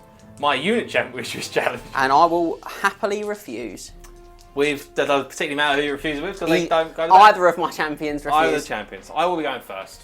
You'll be taking a fear check first. I will be taking a fear test. So leash your bait again. We're fine. And I'll do 2d6 impact hits before you attack. We'll do that. Because this guy couldn't get any. Yes. Sad face. 6, so not 6 great. impacts. Strength 4? Strength 4. So 4 to win me. Well, the killing blow would have done nothing, so I don't mind that you dispelled it. Just 2 wounds, sir. -2 wounds, -1. We are hand weapon and shield, so we do have that tasty 3-up arm save in combat. So the 3-up goes down to a 4+. Yeah! Right. We are Marcus Zinch, though. Can't parry and impact it. But I do get a 6-up ward save because of Marcus Zinch. So 6+ ward save. Have a word with yourself. So that's that then. So then we're going to go into attacks. Yeah. So I'll go first with my Exalted Hero. You certainly so will. 4 attacks, his weapon skill 7, initiative 6, like really stupidly high. He's going to attack your Snake Riders because that's all he can attack. That is right. He may be in danger of being killing blowed here. It's really scary. So It's a scary one. in the 3s, he's all of them. Yeah, he's big. He's strength 5, your toughness 4, so we're on 3s. 2 wounds, enough to kill one of them. So we're looking at 2 4+ armor save, 5+ armor saves. 2 just minus 5 2. plus armor. We get 1. Both. There's a wound. So this one's down to 2 wounds. Slain. I'm going to pop a dice next to him just to remind me that we've taken 2 so far. So that's his attacks. Then I have the rest of my guys. So we're going to put these 2 are going to go into the chariots. Yep. The rest are going to attack the Snake Riders. Yep. Yeah. So I'll do the 2. I'll do the chariot ones first. Yep. So you got four guys in total because you got 2 at the front and 2 supporting. So 2 attacks, 4 attacks on the guys up front, and 2 supporting attacks. Lovely. Keating on 3s. 4 ones. Lovely. So 2 hits, and then we're winning on 5s. Yeah. Toughness 5. Golden Company. 5 to wound. No wounds from them. Good start. And so then we'll move on to the Snake Rider combat itself. So we have Necropolis 1, Knights. 2, 3, 4. Yep. So we have 1, 2, 3, 4 with a champion, and then we have 5 supporting behind them. Yep. It's been a while since I've used Sword and Board Warriors Chaos. I'm so used to Strength 5 Halberd ones. Yep. It's going to be an issue. So hit on 3s. 3s, yep. So it's an alright amount of hits. A lot of 6s I could have done with the poison from Festus, unfortunately. No Festus for you. No Festus for me, because Egrimm is too proud to allow other characters into his army. That's right. So we're on 4s now, because you are toughness 4. So we get 4 wounds. That's a good amount. Now, I've only got a 4+ armor save against these, so You do. I need to buck the trend on the odds to get above you. Yeah, I always failed at least 2. Yeah! So we take 1 more wound, ladies and gents. He's down to 1. That was pretty important for us because we needed him Need all the to attacks. stick around. Yeah. So I'm going to divide my attacks. Yep. I'm going to start with the Necropolis Knights. So initiative. The snakes themselves are initiative 4. Ooh. So I've got 2 snakes, and I'm tempted to just throw them into the regiment, so I will. These are just going to go on the warriors. We have fast protection, so -1 to hit. It would normally be 4s, but it's going to be 5s to hit. But we're only looking for those poisonous 6s. None. 1 hit. Wow. Just 1 hit and 3s to wound. Strength 5, toughness 4. 1 wound. 1 wound. So strength 5. So my 3 up armor save will go down to a 5 up armor save. Yep. Oh, so I passed it there. Been really good with Very, your very armor. solid. Right, now I'll move on. I've got 2 attacks from the rider here. Yep. He's going to attack the regiment as well. In fact, he's going to attack the unit champion if he's in base contact with him. Can you do that? Yeah. So, 5s? No, both hits missed. from there either.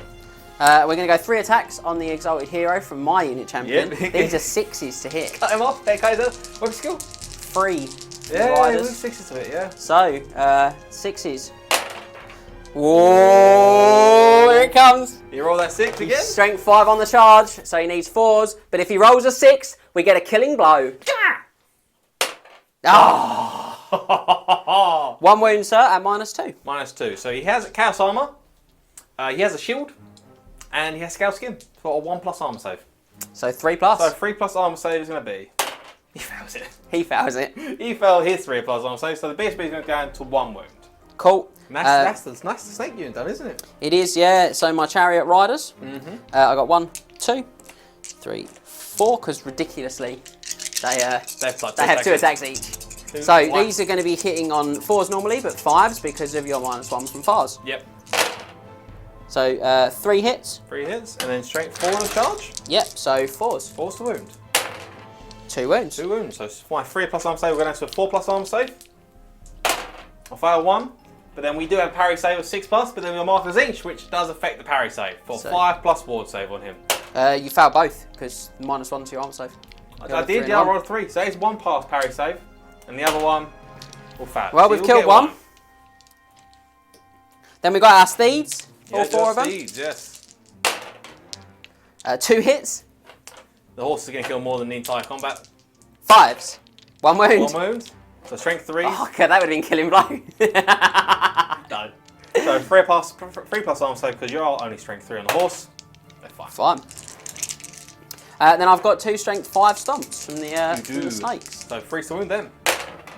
2 wounds. 2 wounds. So -2 to my armor save, 5+ armor saves again. Fail both. So I don't get parry save against a stomp, but I will just get a 6+ ward from markers each. Yep. Joel fail. Wow, you've really passed a lot of those walls. It's been the story of my Tomb King campaign. So let's work out the combat res. Yes. This one's going to be. I think you're going to win actually, You but might we'll win see. by about 1. It might actually be a draw. I charged you. Yep. Did 3 wounds. I did 3 wounds. Got a banner? I do not have a banner. Huh? So and that's it. I charged you and I have 3 wounds. Pretty poor. Did 4 wounds. 4 wounds. Sorry. You got the wound in these also. Pretty poor. You have got 2 ranks, 2 2 banners, and you managed to do 1, 2 wounds. Because he, 3 wounds, yeah, sorry. 'cause one 3 was on wounds. 1 wound. 2, 3. So I'm going to lose by 2. You are going to lose by 2. But because of attrition, you'll lose by an additional 1 as well. So I'm losing by 3 in total, ladies and gents, which takes an entire chariot out of the game. And we'll do something slightly different here, which is that it will take only 2 wounds though. Because you're you're be left on 2 constructs. because animated constructs take 1 less wound. So not very good. There's a bit of lackluster charge in that part there. It certainly was. I was sort of hoping that the impact hits and stuff might have got me through, but it's not over yet, ladies and gents. It's not over. Or do you want to do that one over there? Yeah, let's do this one. Come on then. So your attacks. Yeah, I'll do my attacks again. So again, it's going to be 12 attacks from the 4 guys. Hitting on 3s. Ooh, my word. That's a lot of misses. I might actually get to attack. What's your initiative? 2. So you get the same size as Juggernauts. So 2 still kill them. 1 guy will get to attack. And his horse. And his horse, sorry. So I have just 1 and his horse. Hat-man left. He's going to go for it. 1 hit. 1 hit. Ooh. 5. No wounds. It's the 2. Do you want me to do my Juggernauts? No, I'm just going to take him off. So then I'll overrun again because I did count as charging from my previous turn. turn. So they're going to go 8 inches. Do you mind just moving 8 inches for I me? certainly do.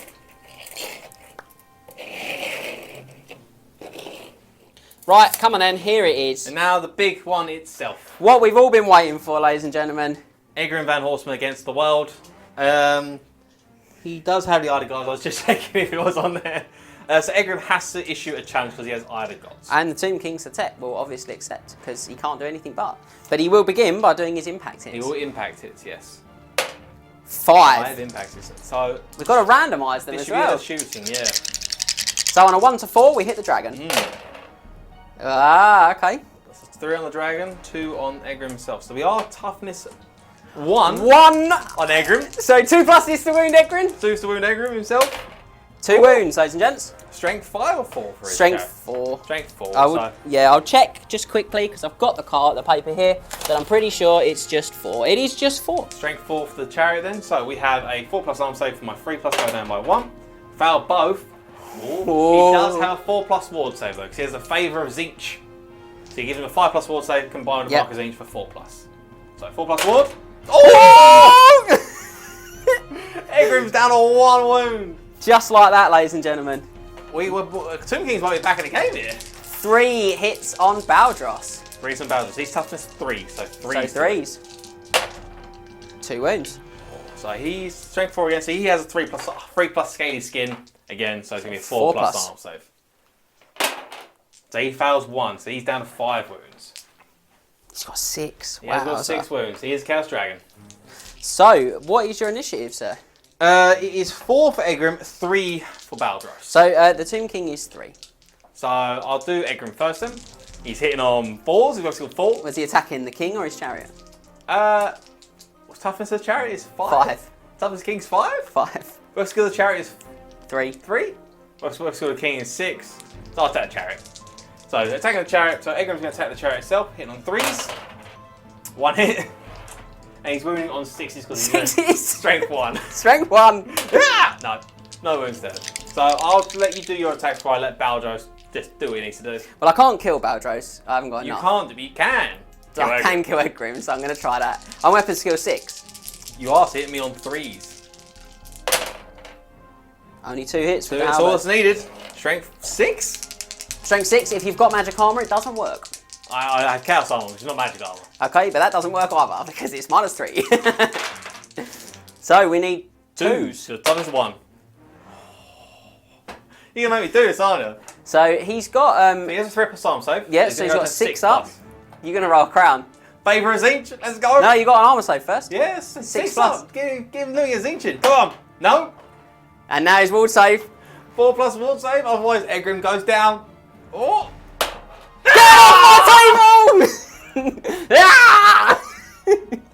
It's Egrimm himself. Back to the chaos waste with you. Egrimm has his head cleanly chopped off. The desert strikes. The sand.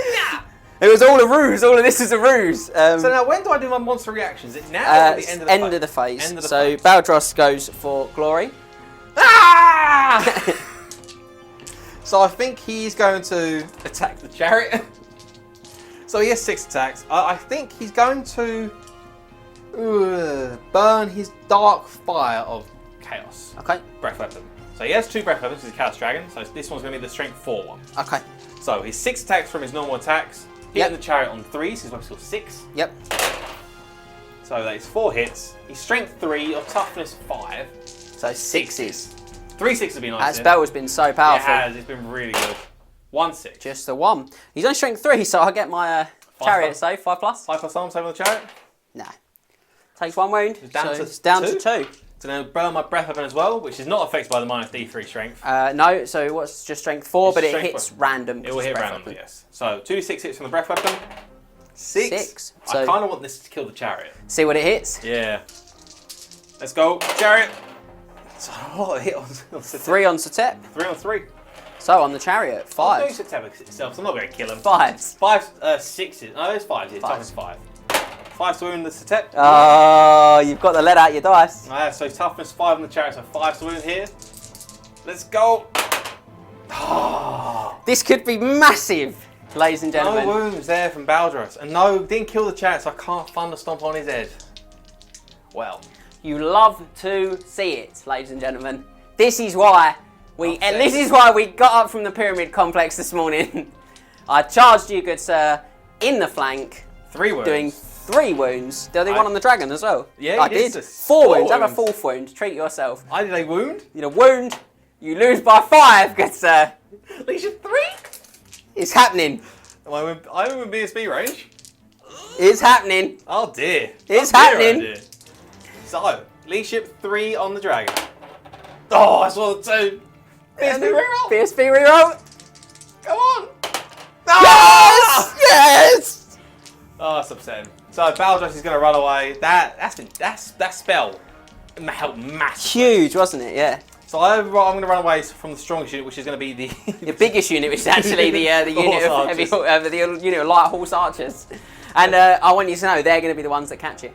Please don't. Don't do this to me. Don't do this to me. Right, so Baldros is going to run 6 inches. So I'm going to go with the horse archers. I'm pursuing with both, but the Yep. horse archers are going to roll first for the disrespect. Mm. Get back to the Castaways. That's a big 9. I'm going to take my big dragon off turn 2. Huge. So he would pivot like this. You're going to hit the Chimera. He'll hit the flank of the Chimera, which is a bit of a shame because the Chimera would probably have panicked and run away. Yeah, probably.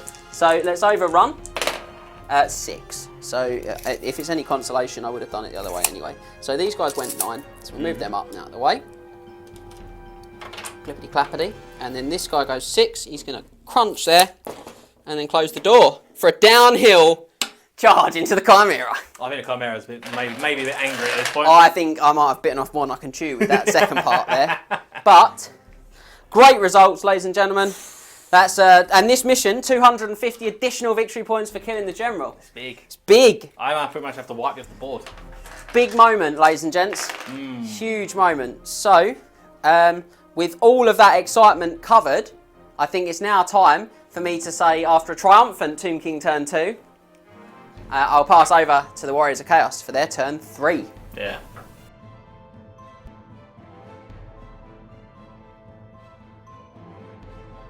Well, I don't know why he's still on the table, mate. got these in my Offy pops! He's a good model. Offy pops! Yeah!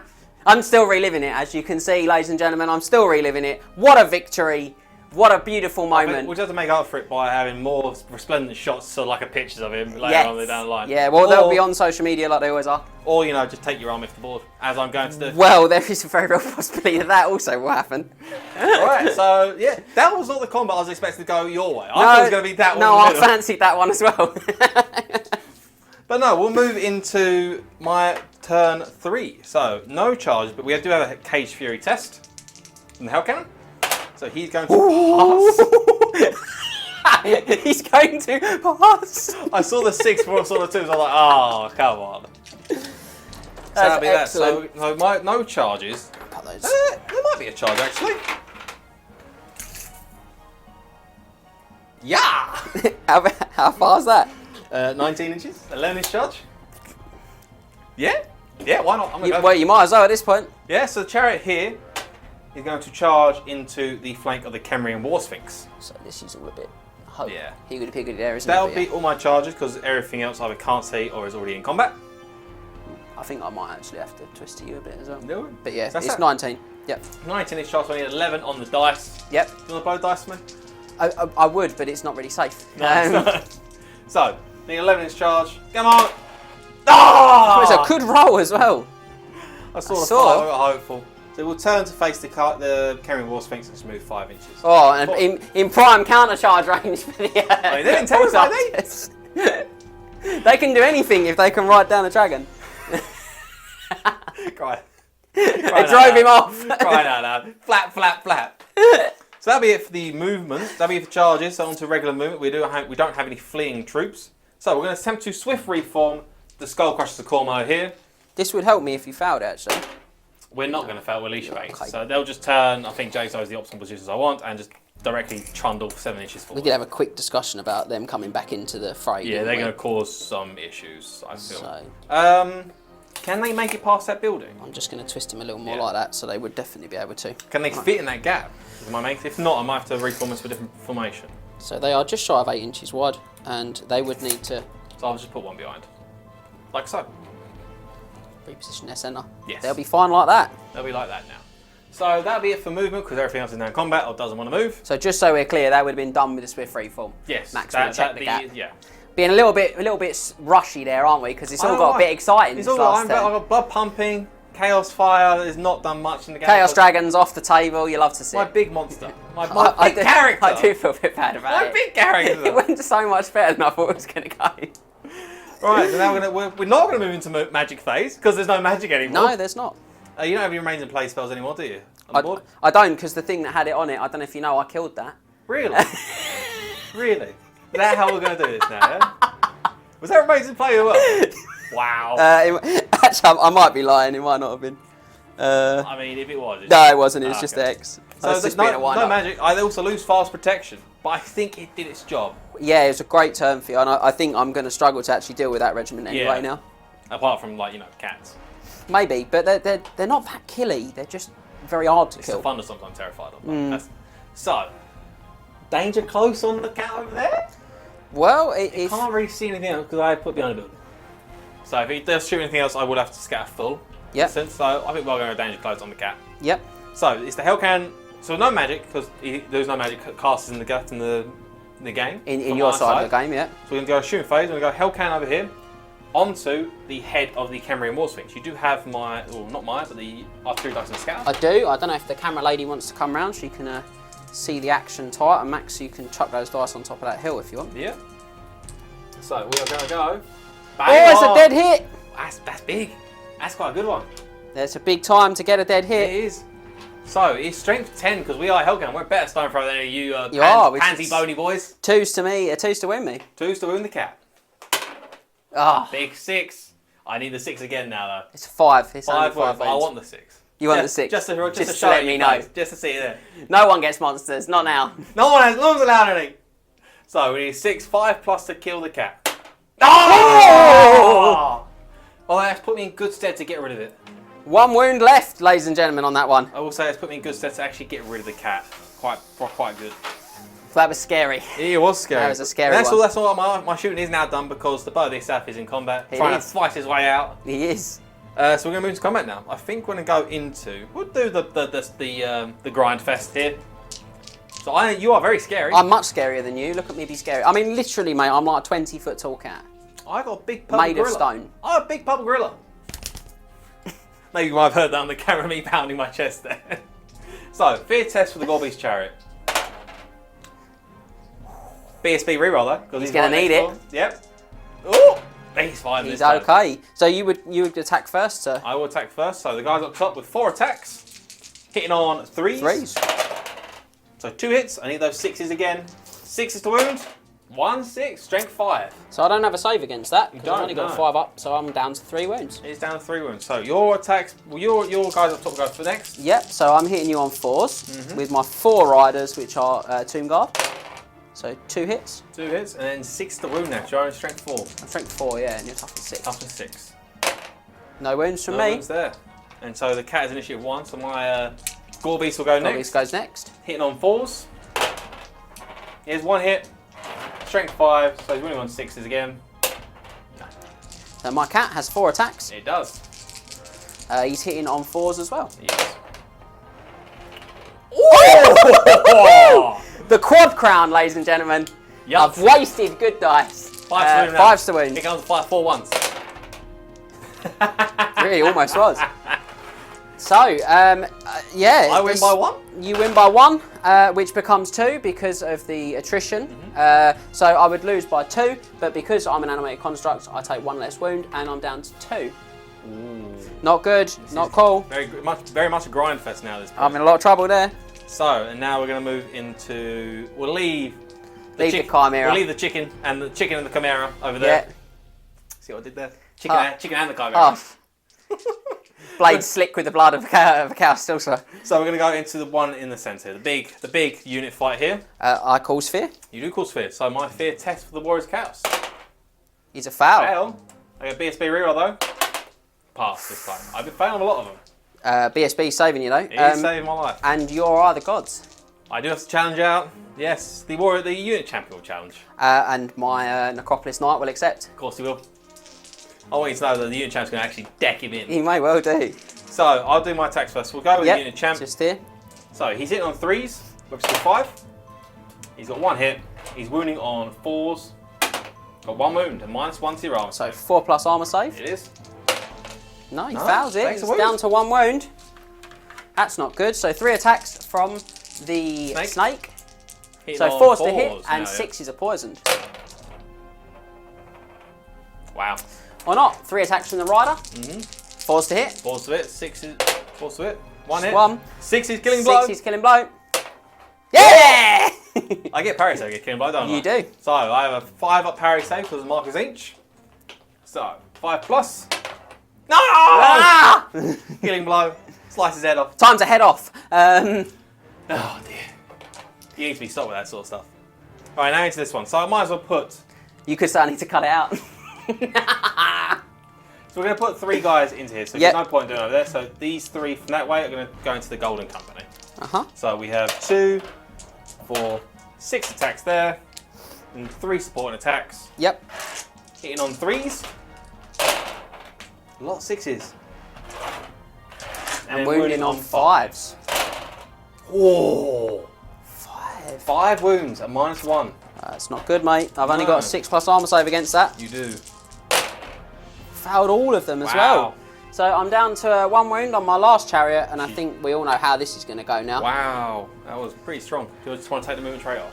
I'm not going to stress because when the combat res happens, I'm going to take the units off. Possibly.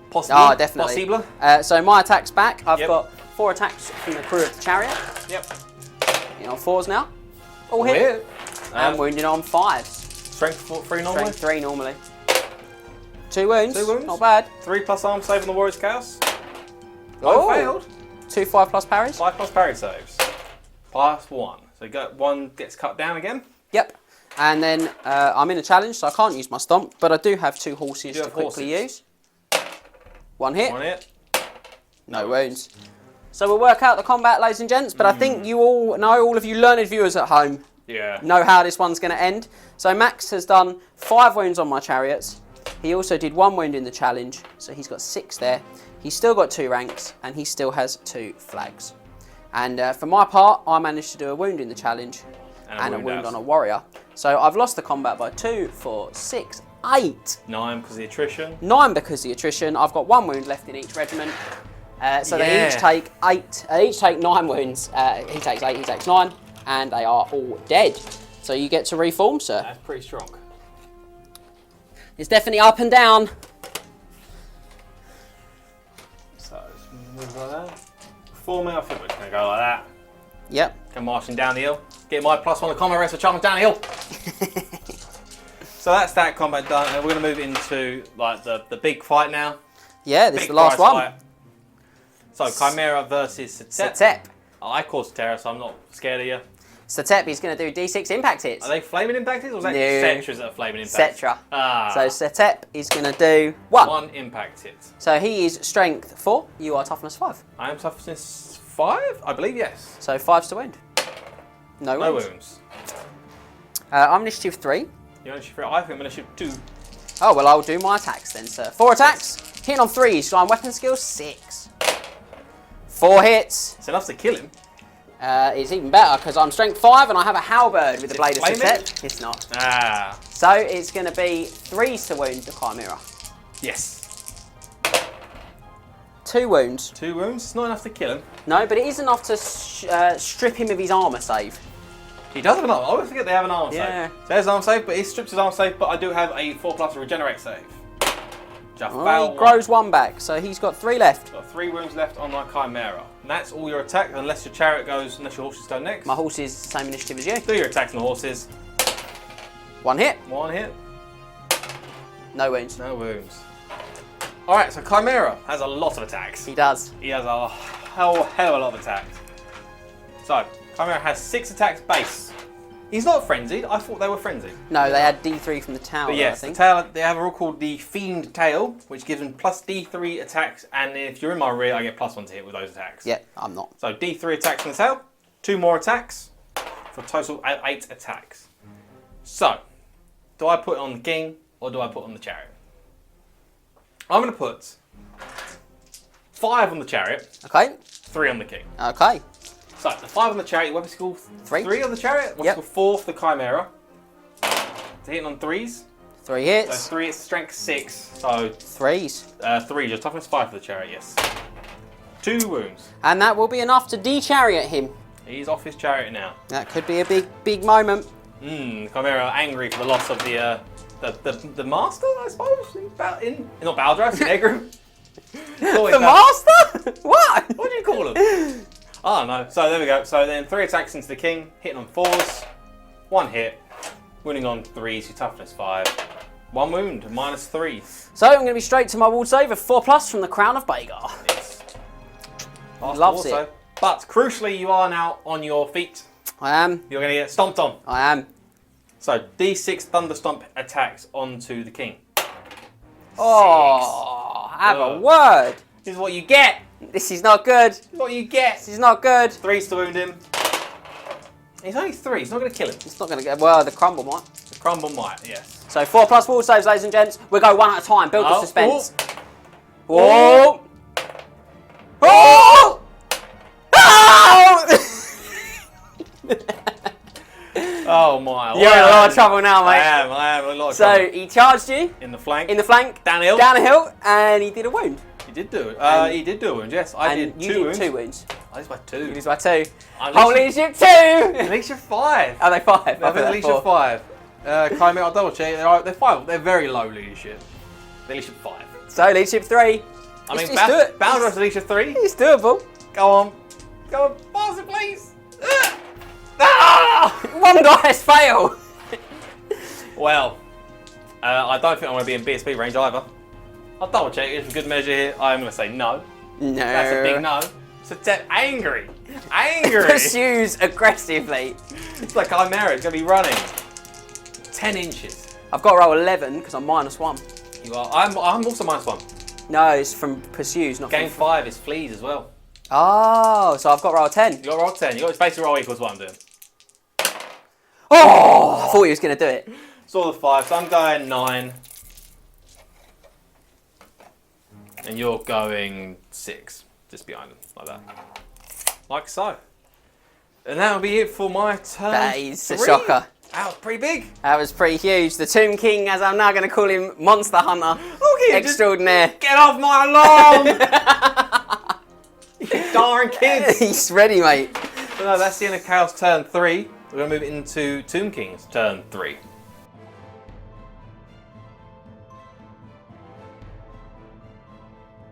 Okay, ladies and gentlemen, you are joining me for Tomb King's turn 3 as the Lawmaster turns the screw.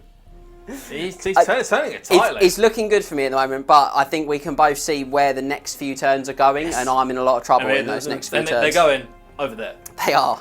So, with that in mind, we need to do some things to try and give ourselves the best chance of getting out. Now, this is a really unlikely charge. It's a whole 16, so I'd need to roll a 10.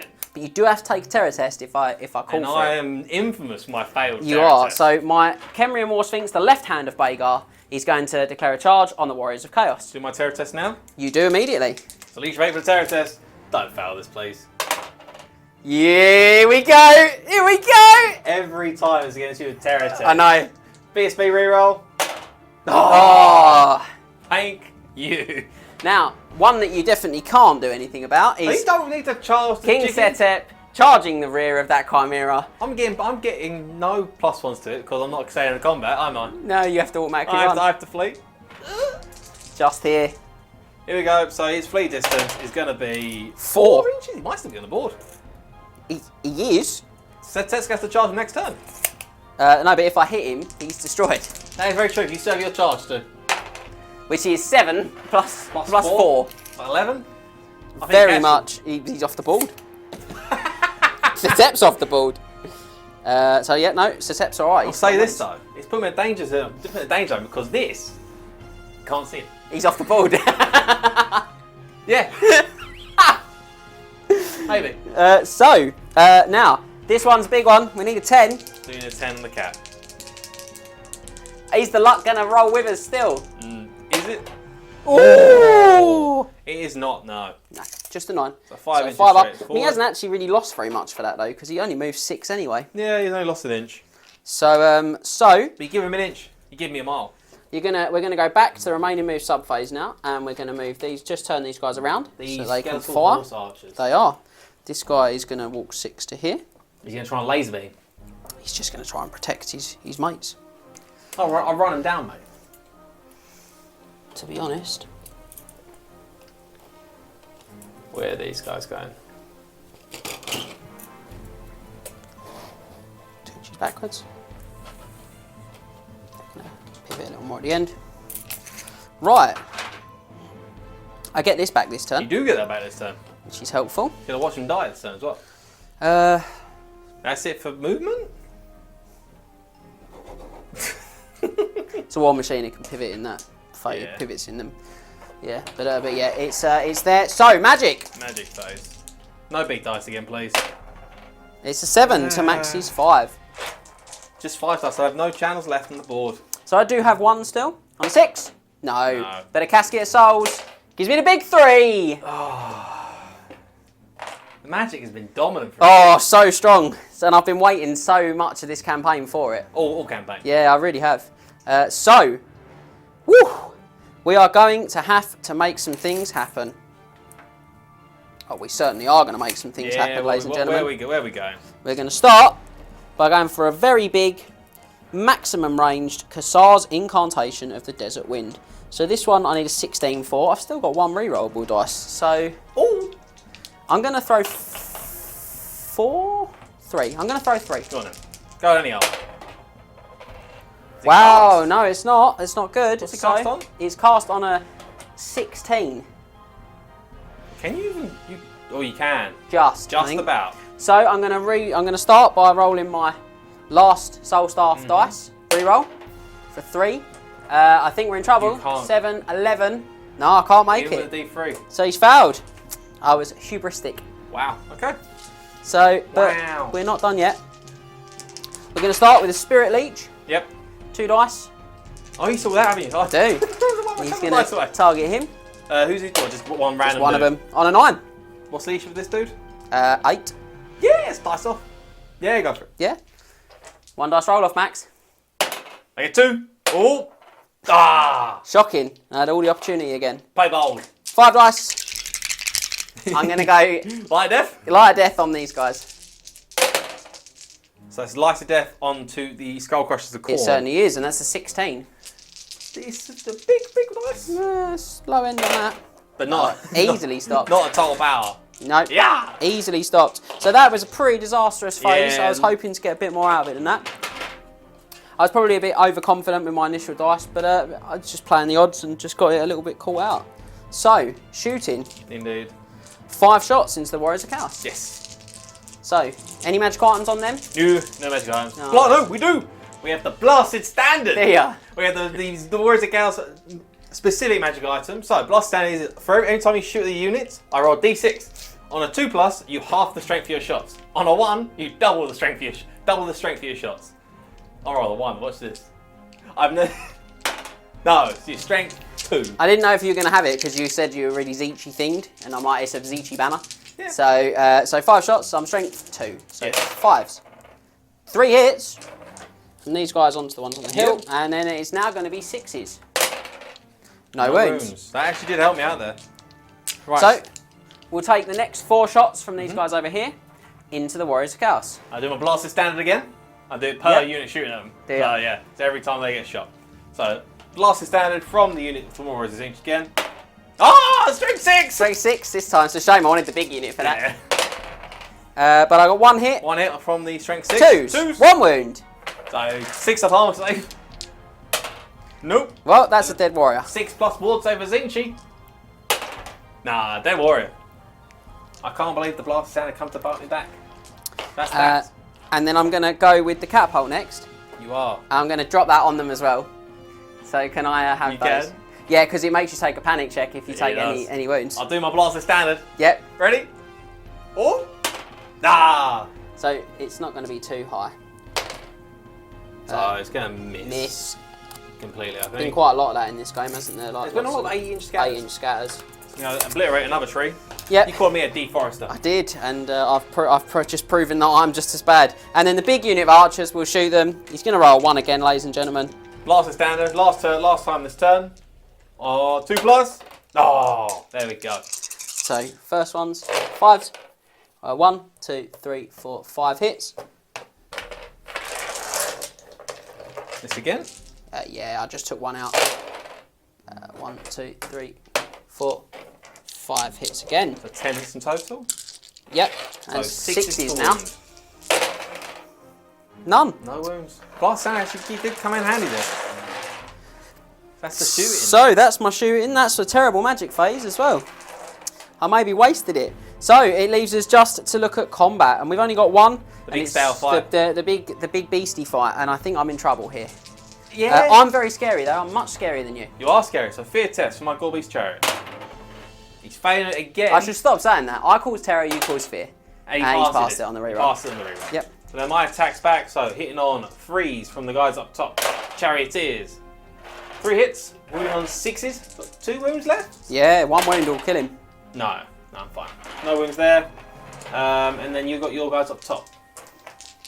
So 4s. 3 hits this time. 3 hits and 6 6 to wound. Oh, wound. cheeky wound. So my 3+ arm save goes down to a 4+. 4+. No, he passed It's it. fine. So tough to get through. And then my Gorbeast self-pulling the Chariot gets 3 hits this time. Wow. And then 6 to wound the Chariot. No wounds. 6 is to wound the Sphinx. 6 to wound the Sphinx, sorry. 3 hits from the Sphinx. 5 to wound. 5's wounded. Ooh. 1 wound. So my 3+ goes down to a 5+. No Yeah! wounds. Takes the wound this time. Down to 4 wounds. And this time you lose, sir, by 1. I do lose by 1 this time. So Leadership 7 goes down to Leadership 8. Leadership 8 goes down to Leadership 7. But I'll let you off. Yeah, other way around. That I way can do round. maths. So Leadership 7. Ah, boo hiss. Well, Boo hiss. after what was a Lackluster. massive, amazing turn the previous one, Yeah. this has sort of slipped a little bit downwards. But They went to the Chimera. I think we're in a good place, the Team Kings in general. We're moving on to Chaos Warriors, turn 4. Turn 4. Turn 4.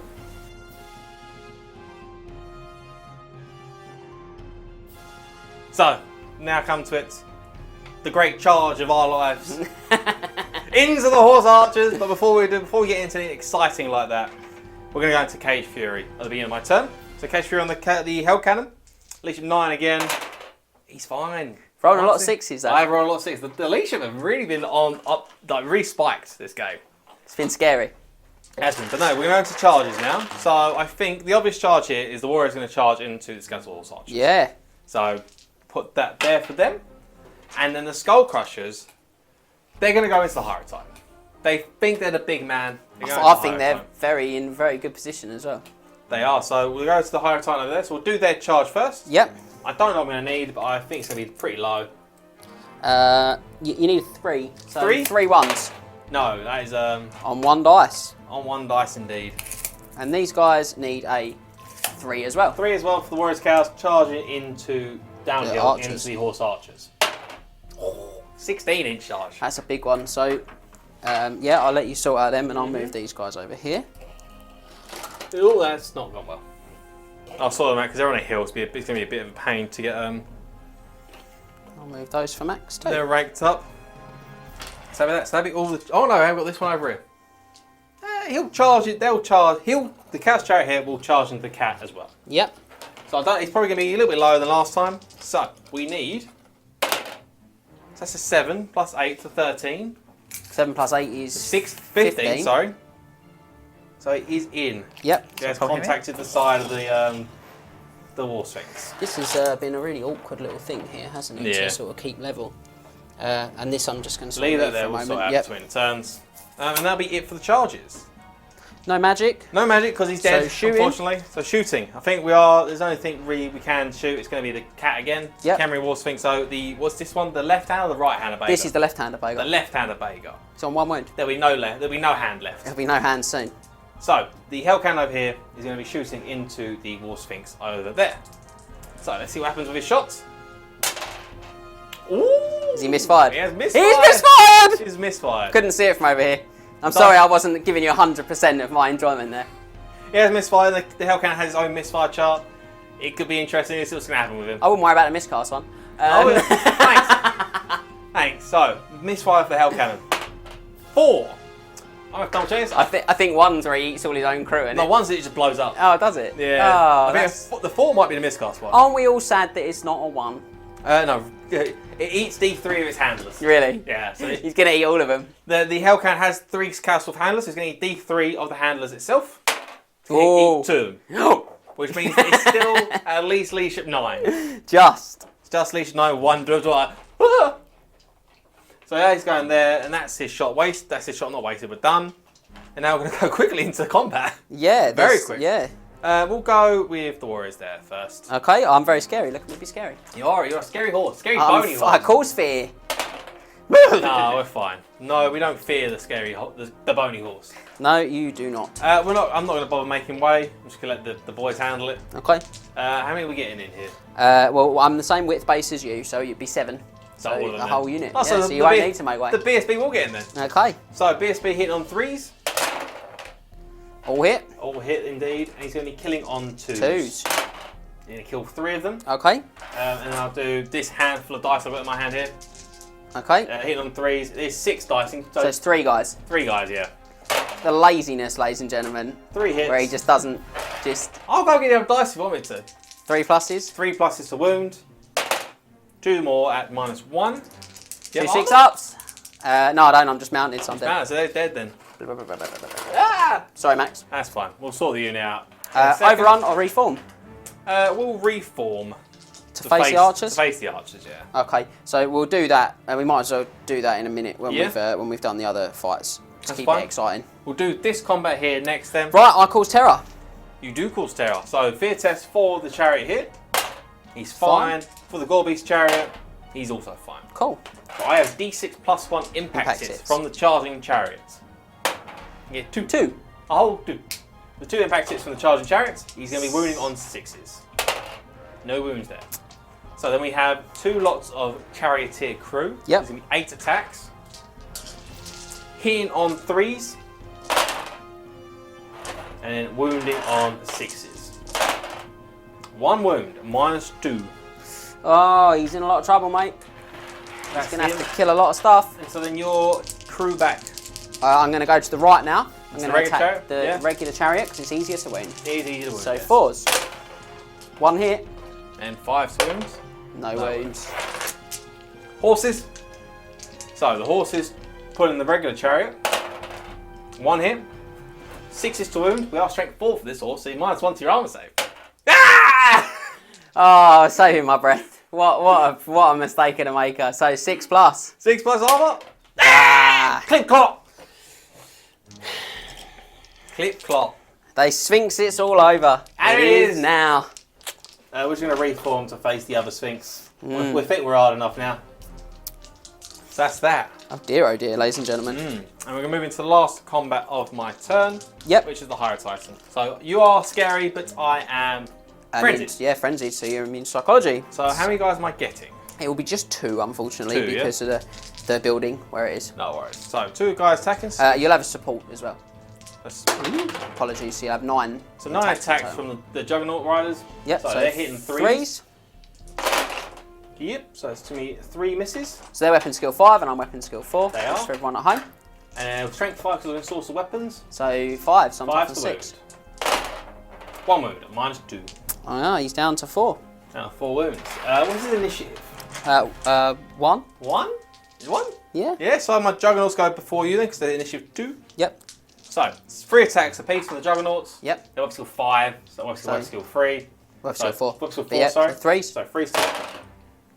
So that is 5 hits and the strength 6 on the charge. 4's the wound. 4's to wound him. Just 2 wounds. So he's down to 2 wounds. And the strength 6 will go straight through your 5+ armor. It certainly will. So 3 attacks back. 1 hit. 2's to wounds. You strength 6. 1 wound. Ooh. So -3 to my arm save is a 1+ arm save. So So 4+. 4+ arm save here now. He's fine. I'm in trouble, man. So you charged me. Yep. You did 3 wounds. Yep. You have a banner. And the attrition will count for an extra crumble if when I lose. I did 1 wound back, so I am very dead. Would you like to... Well, you've got to overrun. You'll I hit do my have to casket. over into the casket of souls. And from being in a place where it was going so well to being in a place where we are in dire trouble, ladies and gentlemen. Turned on its Oh, head. do you want to roll that in case you roll 3 ones? Yeah, I can roll it. Nah, we're not rolling. One we're dice. around 9 inches. Like so. Crunch. And that'll be that for Chaos turn 4. Very terrifying. So we're now going to move into Tomb King's Turn 4. Turn 4?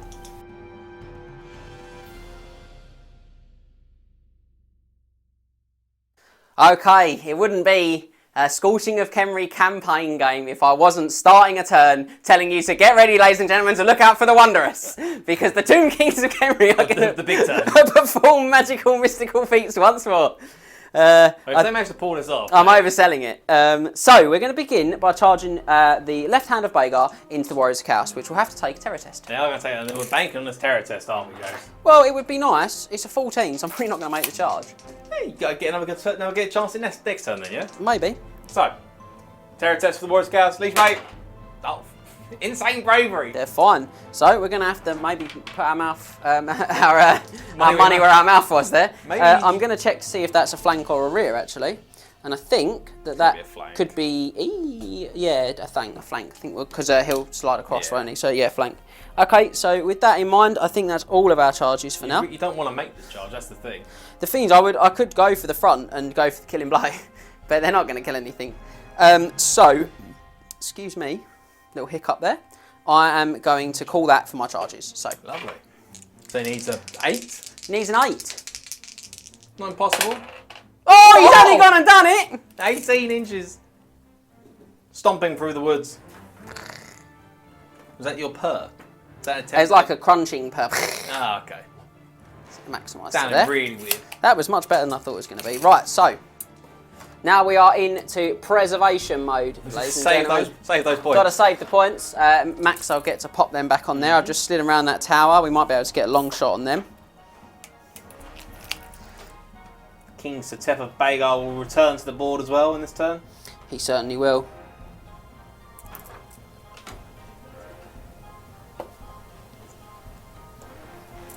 That'll be another overrun for them. So he's going to move out 4. Mm-hmm. Oh. Danger zone. Castle's going to Oh, and of course, King Setep. He's just march on forward. He's just going to walk very slowly. He only moves 4, I'm afraid. Someone killed his chariot. Right down the alley as the hell can. Can he be seen? You can see the top of his head. Behind the building! He's going to run the gauntlet at the pitch edge instead. Yeah, I can't see him now. Magic! Yes. There we go. We're going for 7. So 5 for me. So I'll go for my channel quickly. Hey! We done it! Got a channel for Got a 8 to channel. your 5. And plus D3 for the casket. Oh yeah, whilst I've still got it, let's do that. Oh. 1. So it's not a bad magic phase, then. No, could be good. Could be very good. So. Gonna need some special actions now from my army. So. We're gonna begin with throwing Decisions to go. not really. Extra attack. 6 dice. Plus 1 attack or extra shot for everyone within 24. Yep. It's off. It is cast, yes. Although I must say, Not very 18, good. 22. It's not actually too sad. I've got 3 left. 3 left. I'll try and stop it. I will. It's all Oh, about. wow. Yeah, You've dispelled better without him. I have, yeah. He's maybe Zinch was a hindrance to me. And then my second trick is going to be just to put extra killing blow on the Sphinx. But I'm going to have to boost it to the 10 plus value to get in range. Yes, that's fine. Today's But I cast. will cast it on a very respectable 18. Wow. So He boop, heals and that a will wound. restore a wound to him. And animated constructs only heal 1 wound per turn. Per magic phase, phase, yeah. yeah. Not so good. Right, shooting then. Mm-hmm. I can't see your hell cannon, but I can see Which one of these two chariots is worth more points? It will be the Gore Beast will be worth more points. Then it will be going on his Gore Beasty noggin. So it'll be the Screaming Skull Catapult into the Gore Beast Chariot. Yep, could you pass me the dice, please? Yes, I can. There you go. Thank you. All right, there in the centre. Another 8-inch scale. Oh, hang on. Oh, this might hit the Hell Cannon. Oh, no. Nah. The base, the template does touch him. Is it just the edge, though? Just the edge. Not the hull, it'd just be the strength 3. Right, well, we'll give it a go. We need a 6, ladies and gentlemen, to do any damage. No. Boo. So that's that then. And then the rest of your shooting. Yeah, which I need 6s to wound anyway. How many? That's got 4 wounds. Four That's wounds? got 4 wounds. 4 wounds. That one's easier to wound. Oh, they're both 6s. It's all 6s. It's all 6s, isn't it? So, we'll just take our shots. So we've got 24 shots from the regiment of archers. They're going to shoot into the Gore Beast. Yep. Now, they would suffer hard cover if they were not Tomb King archers, where they always hit on a 5. Tomb Kings always hit. I mean, Once. not always then. Just the 1 on the first dice roll. That's better. So 1 below the average, actually, So overall. 7 hits. 6 is to wound it. Yep. Toughness 6, strength 3. 2 wounds. Ain't bad. So then, and we have a 3+ armor save on the Gore Beast. That was 1. Down to 3 wounds. Not bad. Could have been worse.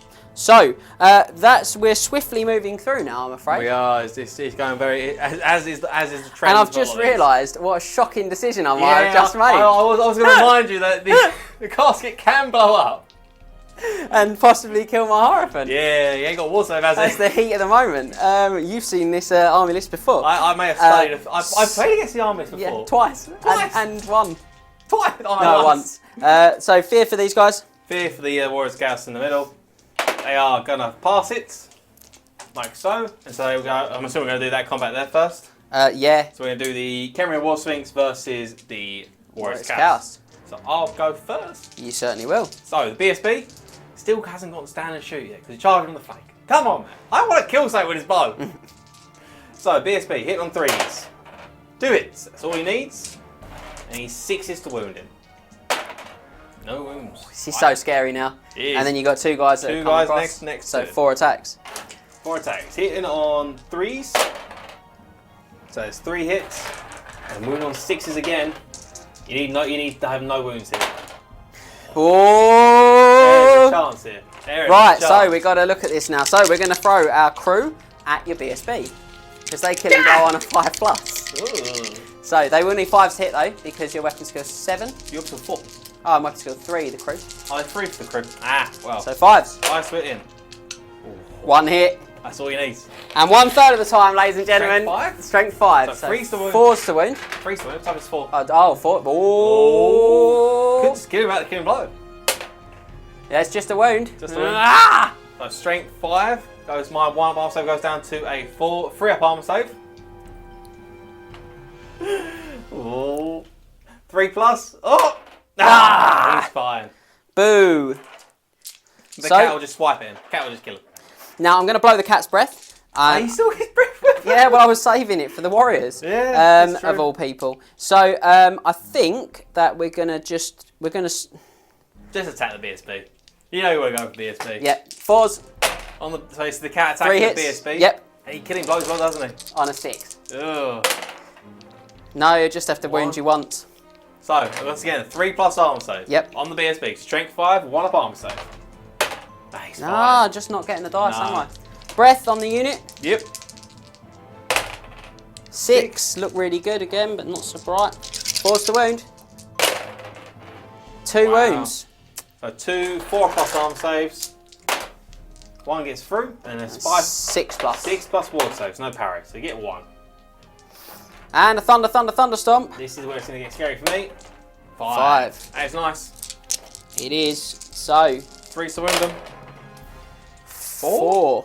So 4 5+ armor saves. Pass 1 and 3 6+ ward saves. 3 more. Right, so we're gonna have to work this out. Yeah. I think you might have won this I one. charged you in the flank, and I managed 4 wounds in total. Now you have a rank and 2 banners, That's so it. you've lost by 3. I am steadfast. You are leadership 8. Leadership 8 steadfast. It's that getting that reroll off. I needed to kill that battle standard. Terrifying. Alright, here we go. Leadership 8. Oh! No dice? No! 2 dice! Fail! Ah! Oh. Just will not stick today, ladies and gentlemen. That's big. So then I'm going to attempt to switch. I'm going to attempt to rally amongst the feet. Reform, you mean? Reform amongst the feet. I do. Easily. So I'll just turn to face you. Well, don't worry about that. We'll do it in a second. We'll do it in a second, yeah, and we'll do this one here. The one that could potentially kill the Hierophant. Yeah, I wasn't really thinking about that. So, Not gonna lie to you. You are a war machine. Yeah, so you can only attack me with 3. Is it 3 for monstrous? Yeah. Yeah. Okay. So 3. So it's 9 attacks from the 3 dudes. Do I have to dismount? Or is that only against buildings? No, it's only against buildings. Only against buildings. Right. So 3's to hit the casket. I'm assuming you're not skill 5 or above. It's a lot of hits. And toughness 4, 3, 2s. It's 3 wounds. It might be dead. It's going to go bang, ladies and gentlemen. So, on a roll of a 4+, it hits the units within 12 inches, I think check it the is. range. I think it's 12, yeah. It's we looked at this in the other game the other day, and for some reason it just isn't sticking in my head. I think it's 12-inch range. Casket is 12-inch range, and on a roll of a 4+, it's D6 strength 6 hits. So you have to roll 4+ for each unit? Yes. Okay. So, the catapult first. Catapult first on a 4+. No. Do the unit next. The unit of Skull Crushers. Skull Crushers. They are hit. And the Hierophant. You got your skeletons. And the Hierophant. Oh! What a call that was on our little plucky wizard. And the Skellies. The skeletons. No. It's just the Skull Crushers. Oh, I was about to say they're right. I was hoping. And the Skull Crushers are going to take 4 hits. Strength 6. 2s. 4 wounds. Wow. So 4 plus arm saves. Yep. Might kill one here. And you Do die. not. So down to 1 wound. He's down to 1. And you overrun, sir, because it's your right. Into the Scream Skull. Scream Skull, unless you roll 3 ones. Oh. No. One dice there again. 12 inches. Yeah, it's a weird one, actually. You'll hit the edge of the board first. So I can't make it. Can he make it? No? So I'll run off the board. You'll run off the board instead. So it's a weird, odd scenario there, ladies and gents, but they're actually off the board. Yeah, So Max's next turn, they're able to come on with the back of their unit against the board edge, which is a bit weird because their formation will mean they come on and then they're going to really struggle to get out of that jam now. But they've done their job. They've actually cleared up. They've had a backwards. good game, yeah. Yeah. So Right. Be the end of your turn then. That, ladies and gents, is the end of what is a topsy-turvy Tomb King turn 4. So it's going to come right down to the wire, I think. It is, yeah. There's Warriors of Chaos, turn 5. Make sure you stick around.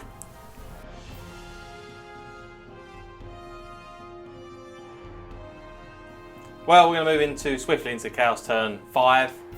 Yeah, not a lot I'm going to be moving around in this turn because I just realised I've blocked off my charges there with my Chariots into the Khemrian Warsphinx. Oh well. We handle it, the boys have got it. They'll be fine. So we'll go there. So we'll go the new Cage Fury test for the Hell Cannon first. Though. Still leadership 9, just. Still leadership 9. He hasn't eaten enough of them yet. With the one dude left. He's sufficient. Sufficient. Like that. And so he's just going to... So there's no charges because I blocked it off. I can't see the unit. These guys come on. They'll move on like and that. the way they move on is they start from this position. So the back of their base is touching there. They can't really do anything else, can they? No, they are a bit stuck. Can I... They can reform, which is their 2 best wide? choice. Yep. Or can I stay at 3 wide? Yep. You can stay to 3 wide if you want. I'll go 3 wide. And turn face them. Yep. Like so. Now with that, and then I might as well. I can't see the king. King's hidden behind a tree at this point. I have checked it. He's hiding. He's literally this tree here. He's directly blocking the line of sight. He is keenly running as well, I'm going to be honest. He is very keen on getting pointing himself the way he along wants to there. go, He's mate. pointing, he's telling you. I'm going that way. Right, no magic, so that's all done. Shooting, we are going to shoot the Hell Cannon into some skeletal horse archers. Might as well. So the Hell Cannon over here is going to be shooting these horse archers, which is a bit of an awkward. Might be easier if you, yeah, it's a bit of an awkward angle to shoot that one at. For the camera ladies to get to, so go there. So go bang on to the head. I can hit all 4. Yeah, you probably can. So go like that. So bang on, we'll hit all 4. These scatter artillery are over there. So let's hope we get something here. Oh, we get a misfire again! Oh, misfire. Is he going to blow up this I can time? see it this time. So we get a misfire. What are we going to get? Oh! Oh. Well, that's interesting. That's horrible, isn't it? The entire template strength 10. Strength 10. It's not too. I've been killing on 5s anyway. I think I do count as a hit as well. Yeah, okay. Cool. But I cannot shoot for the rest of the game. Okay, well, potato. So 2s to kill all of them. 2 skill. It's made no difference because it would have been 2s to kill anyway. That's just 4 death archers. You think you can hide? Cannot hide from the Hell Cannon. We're hemorrhaging points, and only 1 point will decide this game. But the Hell Cannon cannot shoot for the rest of the game now. Which is not too big at this point in time. Right, so now we're going to move into combat. Yeah? Yeah, I'm surprised you didn't move some of the chariots and stuff. I didn't move the chariots, did I, at all? No. It's an odd one. I was so excited to kill some horse archers. Yeah, and you did. I did get that. Right, so we're going to go to combat then. Do I want to make way with the BSB? My competitive brain saying don't do it. But I want to avenge the Chaos Dwarf BSB from Game 2. I want to avenge him. You're still killing blow on a 5+. I am, and I'm killing blow on a 6 on the cat as well. Yeah, I'm not going to make way. I didn't think you were going to. So we're not going to make way. Although, actually, point of rules law, he's got to stay in base contact with me. Because when you reform, you can't move him out of base contact. So he's in base... Oh, that's terrifying. So I have no choice. You have no choice in the matter, Hurley. Get him there, chieftain. He's got to fight me. James will jam him into the Warriors captain. James will jam him in. Come hell or high water. James want to kill this guy. He'll pay. So his attack. Your fear test first. Fear test for the unit. So, Liche mate. I'll re-roll that. Because sure. I threw too many dice. You threw 3 dice. I threw 3 dice. I'm not cold-blooded. No, you're not. So. He's fine. Yeah, they're fine. They're fine for the fear your test. attacks. So BSB's attacks back. So, hitting on 3s for the BSB. Hits twice. It does. 6-2 double 6 will kill it. It would. Oh, I can't even match. Well, that was unexpected. So the second Sphinx falls, and to be honest, that's pretty massive now. I think that's probably sealed the deal. Yeah, I think it has. There's a lot of turns left in this game. I kind of needed a little more cat. You need a bit more oomph in that one. Indeed. So I think give killing blow to your skeleton. I am thinking about it. So go there once again on a really iffy hill like that. Fun. So turn. So yeah, vengeance for the Chaos Dwarf BSB has been fulfilled. It has. We'll get there. We got there this time, and that was very quick. That's now the end of Chaos turn 5. Wow. So on to Tomb King's turn 5. Don't miss it.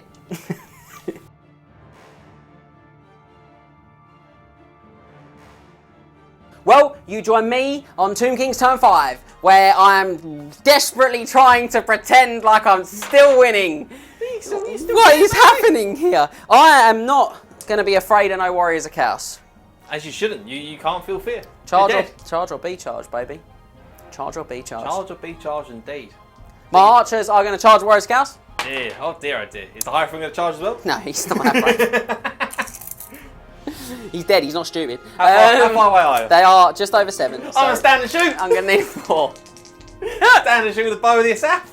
So, 4 plus? 4 plus hit with my desert bow. Come on! Do it! 2's to kill! Yeah! I got 1! so petty.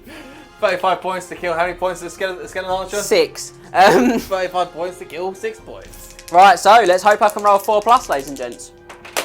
I most certainly can. You can. A Hierophant looking on like...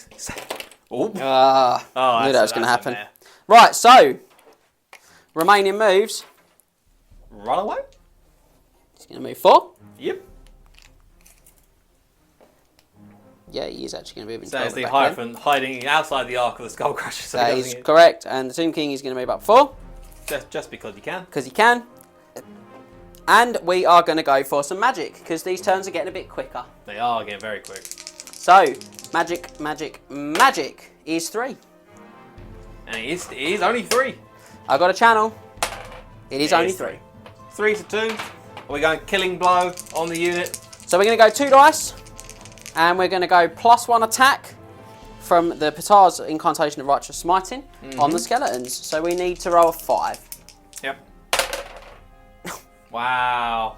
No. Wow, okay. Okay, so the momentum's definitely pouring out of this game. Pouring out the game and out of James because there's a face he pulled. So, the Screamer's Skull Catapult is going to shoot at the Gore Beast. Yeah. So if you'd like to pop that template on there, Yeah, for you, put it on there. So the Screaming Skull is going to shoot at the Gore Beast there. Yes, it is! Oh, 2's to wound it. Oh! 3 wounds left. Multiple wounds, D6! Ah! He's only gone and done it! I think it's the first thing Screaming Skulls have killed all game. All campaign. Yeah, they've not been great, have they, the Screamers? But you will take a panic check on this guy! Oh, dear, oh dear. Leech mate. Oh, he's okay. I didn't get that one off. And we are in a world of trouble, ladies and gentlemen. A world of trouble. No spells, terrible magic phase. None of this is what you want to see, and all your skeletons are falling off the tray. Skeletons don't fancy it at all. They were hoping for the +1 attack, and now they just want to sit down. They've had enough. They cannot believe the tactical decisions of this Tomb King. Tomb King's over there. It's the horror for this. This is getting worse. It's getting worse. You can't do it. Fear check for your regiment of Warriors Chaos, please. We'll do that. So this might save them. Leech mate. No, they've not failed many tests, and they've not been great leadership, your army. The BSB is like, hold! Would you like to issue a challenge, sir? I have to, with my BSB. And my unit champion will gladly accept. He returns from the spawn, I give you my points for the BSB. So, we got... So what are you talking about? It's where he rolls 3 1s to hit. Oh, dear. So, hitting on 3s with 4 attacks against the unit champ. 2 hits. 2 hits. 2s to kill him. He's dead twice over. So there's 1 and 1 overkill? Yeah, 1 and 1 overkill. I am the gods! I hold up a to be or not to be honest.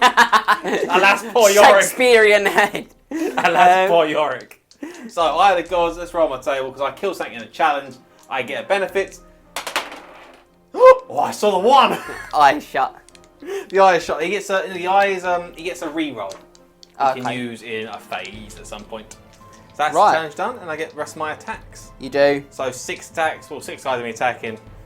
So it's going to be 12 attacks in the front rank, and then 7 behind for a grand total of 19 attacks.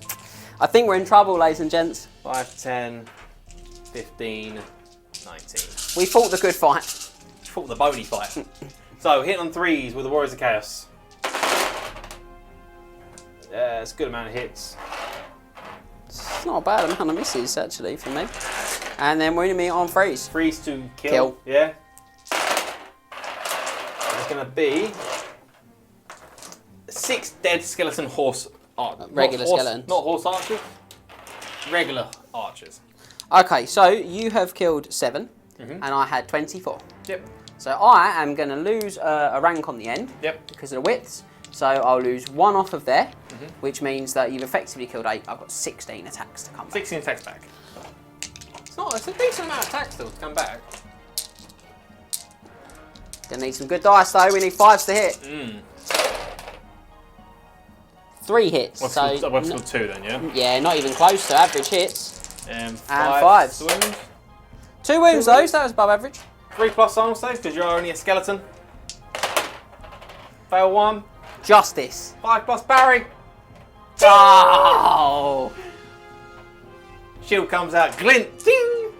That's So that. I charged you. Yep. I have a banner. Yeah. You have done 8 wounds in total because you got an extra 1 for the overkill. Yep. So I'm behind by 6. You have 2 banners And a rank. you have a rank. So I lose by 3, 6, 9, and then a 10th one as well. So you've got 6 guys left. I do. Just going to put them back onto the tray and then put the tray back. No, I'm just going to put He's going to 6 dudes up here. 6 dudes up. So that's that then. Oh, Go get the Hat Man. gotta get him. Sword Hatman's dead. You killed him. No. It's my champion. Hat Man. Rip Hatman, gone and forgotten. So That's the end of the Tomb King's turn 5. that then. is, I'm afraid, ladies and gentlemen, I'm really sorry to have let you all down with that turn, but that is the end of Tomb King turn 5, and I think we're about to see a very dominant Warriors of Chaos display in Warriors of Chaos turn 6. Turn 6, yeah.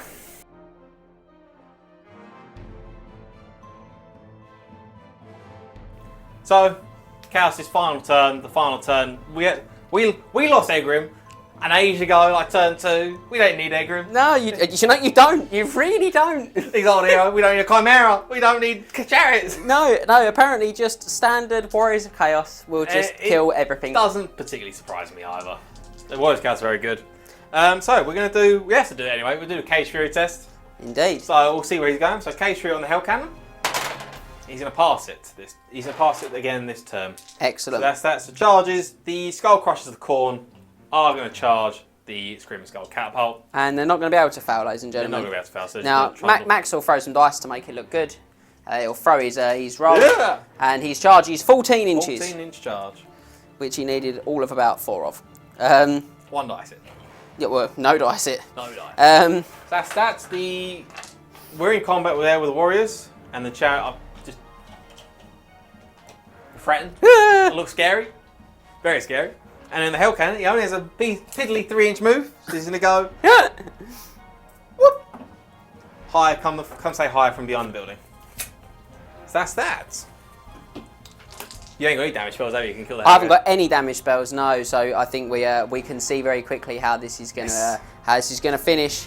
No magic, no shooting, because the Hell Cannon decides to turn itself off. It did. So we're going to go into combat phase. So we'll start with the Skull Crusher Corn down the bottom there. Or across the other side for me, so another 9 attacks from the guys. You're a good catapult, and I'm sorry you're so sick. He killed Gore Beast. He did. He got his points back. So we're hitting the crew on not Thriller Crewman, is it? Thriller Crewman is still there. No. Just so you know. I'm sad, but 3 splitting. Not a great amount of hits.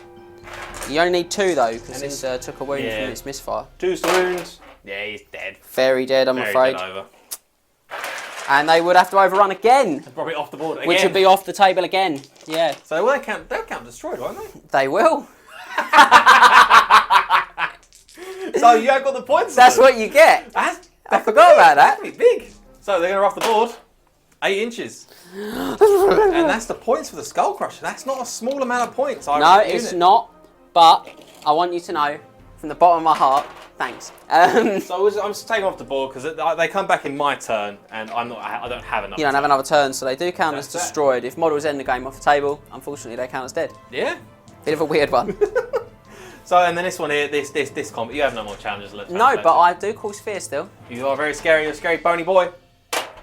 I failed the bid. Failed. This is my only hope, ladies and gentlemen. Could they pass? Could they fail it now? No, they. No. So I said pass on a 5. And so BSB is going to hit you back with 4 attacks. Sorry, hits 4 times. He's killing on 2s. I believe I can use my my Eye of the Gods from last turn. I believe it's a wound roll I can reroll. Just to get 4. I love how petty this has gotten now for us. I can reroll 1 fail to hit, to wound, or saving throw until the end of his next turn. Yeah. So, oh, your mistake. You should have saved it for the saving throw when my one skeleton kills you. I'll reroll the wound. Yeah, 4 dead. 4 dead skeletons. I've only got 2 skeletons left. You've still got to do basically four guys worth of attacks on me. 4 guys worth of attacks. I'll do 8 attacks there and then 4 supports, or 5 supports, sorry. Possibly. 4. 4 supports. Because he killed too many. He killed his abundance. Yeah. So 3 split then. Oh dear, ladies and gentlemen. And then 3s to kill. Yeah. That's Meanies, just meanies. Bullies. That's just bullying, Yeah, mate. we are bullies. Yeah, what? Big tin armoured bullies. Yeah, we are. Yeah. So I'm afraid, right here you'll see the end of the skeleton line. Skeleton line does crumble out. Well, it's dead. It doesn't crumble out. It's all dead. And all that's left is the leaders of the Just the two great leaders still fighting to find the last piece and save the kingdom. So at the end of Chaos turn, turn 6, and we're going to move into James' turn 6. But I don't think there's any point in playing it, ladies and gentlemen. I'm 'cause- really sorry, because, and I'll explain why. It makes sense. It's not me quitting hard or anything like that. It's just because my Tomb King can't actually get anywhere. I don't think. I'll just check. If he's within 16, he could declare a charge. So I would play it if it was. No, he's 21 away. Bit too far. So he can't make it anywhere. So unfortunately, Setep is stuck. and we've tried to get him back in the game. We didn't hang around with him. Now, the Hierophant here is my other character, my wizard. He could declare a charge and die, but I wouldn't do that to give away the points. Yes. No point. He hasn't got any damage spells. He can only buff or debuff, and there's nothing he can do with the buff or debuff because I've got nothing else that I can use. So I'm really sorry to say, in my next turn, he would just move behind that building, and he would walk up 4, and that'd be the end of my turn. So we're going to end the game. So we're going to end the game instead. We're going to work out the victory points, because believe it or not, ladies and gentlemen, it's going to be a lot closer than it initially looks. I mean, losing Skullcrush there probably is going to swing a little bit. And Edgrimm's a big one because he's worth so many extra victory points with the mission-specific stuff. So we're going to let you know, there's only one victory point in it. It's going to be big. Stick around for the debrief.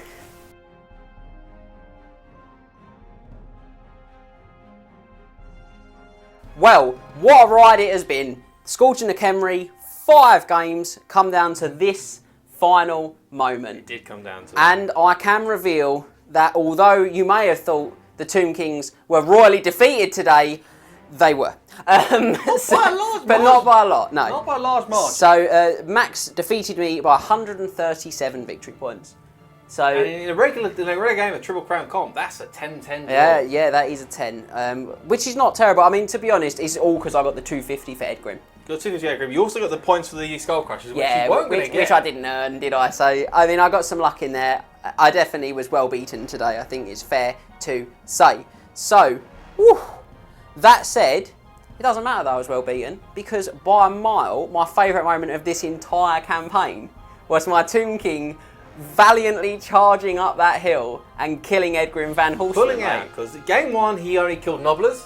No, he killed Ogre Tyrant, I think. Oh, he did kill Tyrant as well. Okay, so he killed a Tyrant, which is pretty big. He just died a lot Game 2. after that. Game 2, he died to the murder cow. He did. Game 3, which was against the Scammy, he died to the Hellbit Nation. Game 4, he died to Nehekhara. Did Nehekhara get him that game? I think she might have. I think Nehekhara got him in game 4, and in this game, he survived! He did, and he killed Egrimm Van Horstman! He did kill Egrimm Van and alas, his chariot did not survive. Sad time. Sad time. Get a new one, didn't you? But I mean, that was my favourite moment of the game. What about you, Max? My favourite moment, there's a lot, but there was the exalted hero BSB guy, steps to the plate, big sword and a big bow. He uses bow, mate. He uses the bow. He doesn't want to shoot it, and double six in the old Khemrian Warsphinx and killing it outright. And that was my favourite moment. Yeah, just using the bow as a baseball bat. He's like, ah. I think for a game that was so topsy-turvy, for me, that was the biggest moment, because I think until that point I was still very much in a chance of winning, particularly with that huge charge I'd just rolled as well to get the Khemrian Warsphinx in. So I think that was probably my biggest moment, if I'm honest. Not my favourite. My favourite was the Dead Dragon. But what was your big moment, should you say? There was a few. I want to say the biggest explosion moment was Hellcannon absolutely obliterating 4 skeleton horse archers. I'm not sure that's the biggest in-game moment, but it was the biggest explosion. But the biggest moment, it was a series. Probably the Skull Crushers going round and clearing out the backfield, getting rid of the casket, getting rid of the Hierophant, getting rid of the Screaming Skull, putting pressure on the Hierophant. I got a bit stuck there, didn't I? You did, You did well there. That was probably my biggest moment, was just the Skull Crushers just cleaning the house at the back. Unfortunately, they ran off the board, but. I mean, you got to use some of the other items that we've not used from the pack as well in this game, which I haven't had a chance to use. I know in each of the debriefs we sort of talk about the ones we enjoyed, but I've only had like the few that I picked at the beginning. You've had one that has done nothing in the entire campaign. So no one's taken death. No, I really thought someone would, but you had a couple today. What were your thoughts and feelings on them? So Egrimm Van Horstman, he did die turn 2. He did die very early on. Which, actually, to be honest, was a shock for me. It was a shock for me as well, to be honest. But he's good. Lore-Light is a very good lore, and it's especially good on Warriors Chaos. Warriors Chaos, they benefit from like the extra weapon skill, the movement, the always strikes first. So good. Just the net damage, sorts of fast protection. You stack that with Nurgle. I didn't have any Nurgle. You stack fast protection with Nurgle. It's -2 to hit in combat. Pretty good. So Egrimm, he's good. He could have a potential. Just we didn't get to see this game. But then the Desert Bow of Asaph. Absolutely meme-worthy, that bow is. The standing shoe. The standing shoe, killing only one skeleton.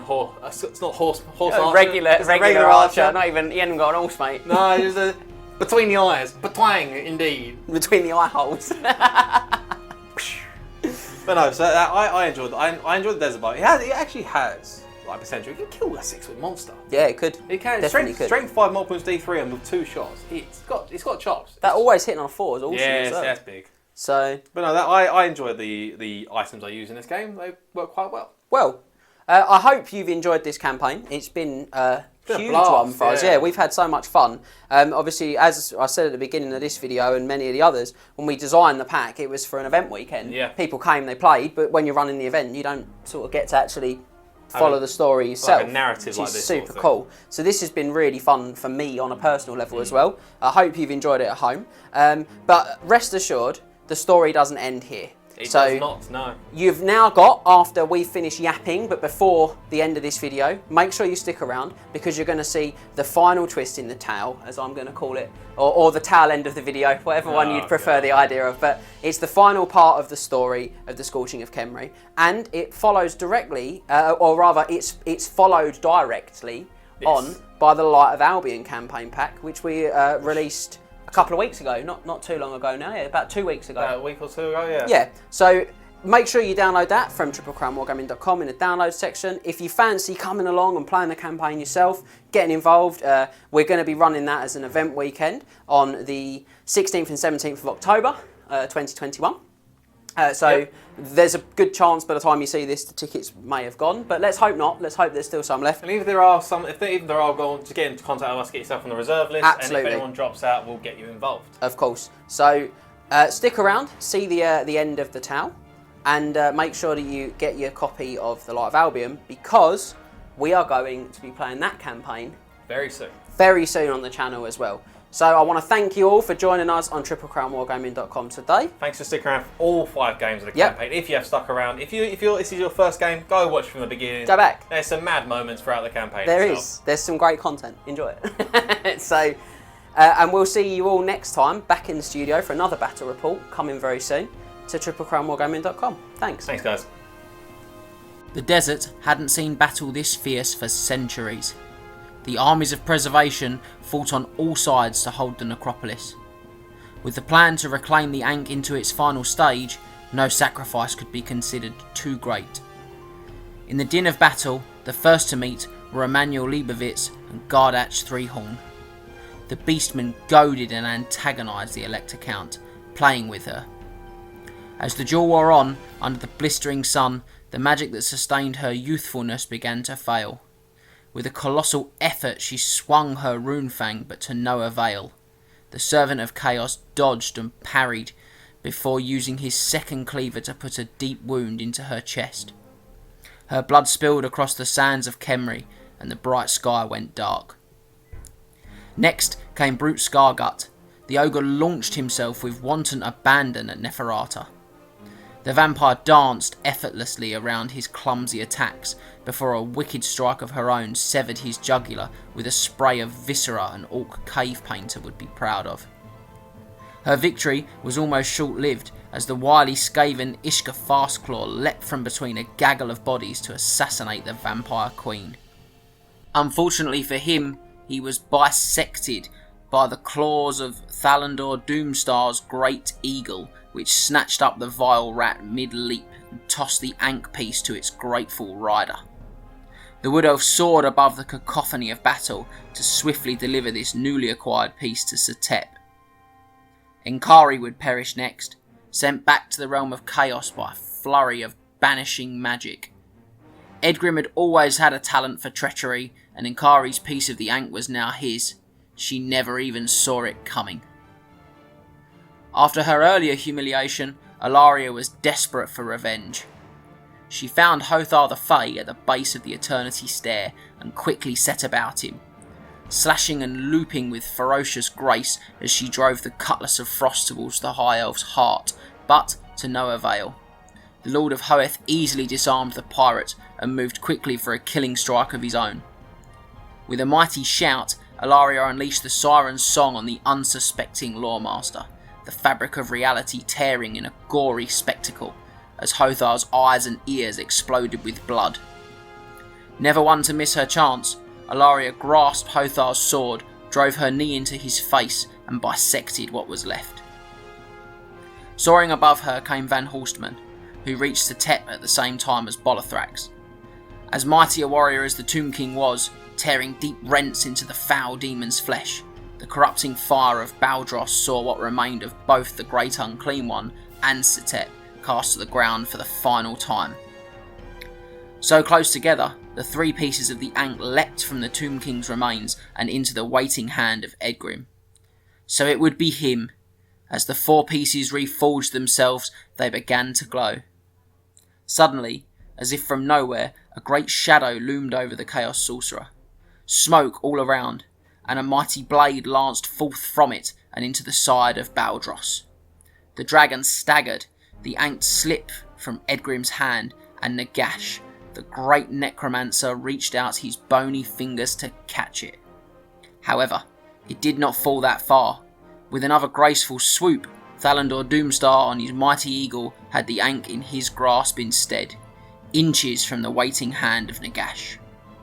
Reality contorted, dimensions merged, and with a great sucking sound, Thalandor found himself somewhere very different.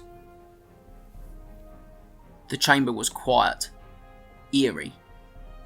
In the corner, a jackal-headed deity leered at the wood elf. Thalandor began to twitch his fingers, to summon some spell. Perhaps he could subdue Djaf, to bend him to his will, but no magic came. That won't work here, elf. Djaf's maw glinted like stars in the dark. It's very simple. You tell me your darkest desire, I fulfill it, and then take half of Khemri as my payment. Not today, replied the elf. Come now. Let us not make this a painful affair. Djaf's response was followed by a swift strike at Thalandor, which sent the elf sprawling. He grimaced as he returned to his feet, spitting blood from his mouth whilst he did. Leave this place, and leave Khemri be. Oh, no. There is no leaving for either of us.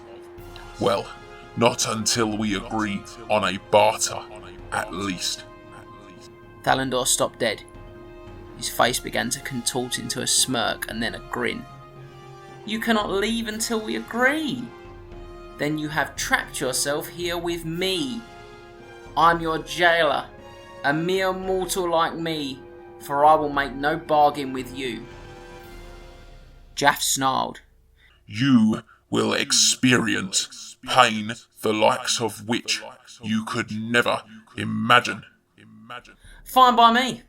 At least I'll have your riveting company. The two eyeballed each other, mortal and immortal locked in a battle of wills. Agree to my terms. The Ankh is destroyed, you cannot have these souls, you cannot have half of Khemri. But, smiled the elf, you can be free of this new prison you created. The Djaf had waited thousands of years for this chance, and now it had come to nothing. Worse still, whilst he was in this chamber, he had no access to the souls already in the underworld, and as a result he was slowly growing weaker. Too long here, and he would cease to be a deity at all. His lips parted to reveal his razor-like teeth once more.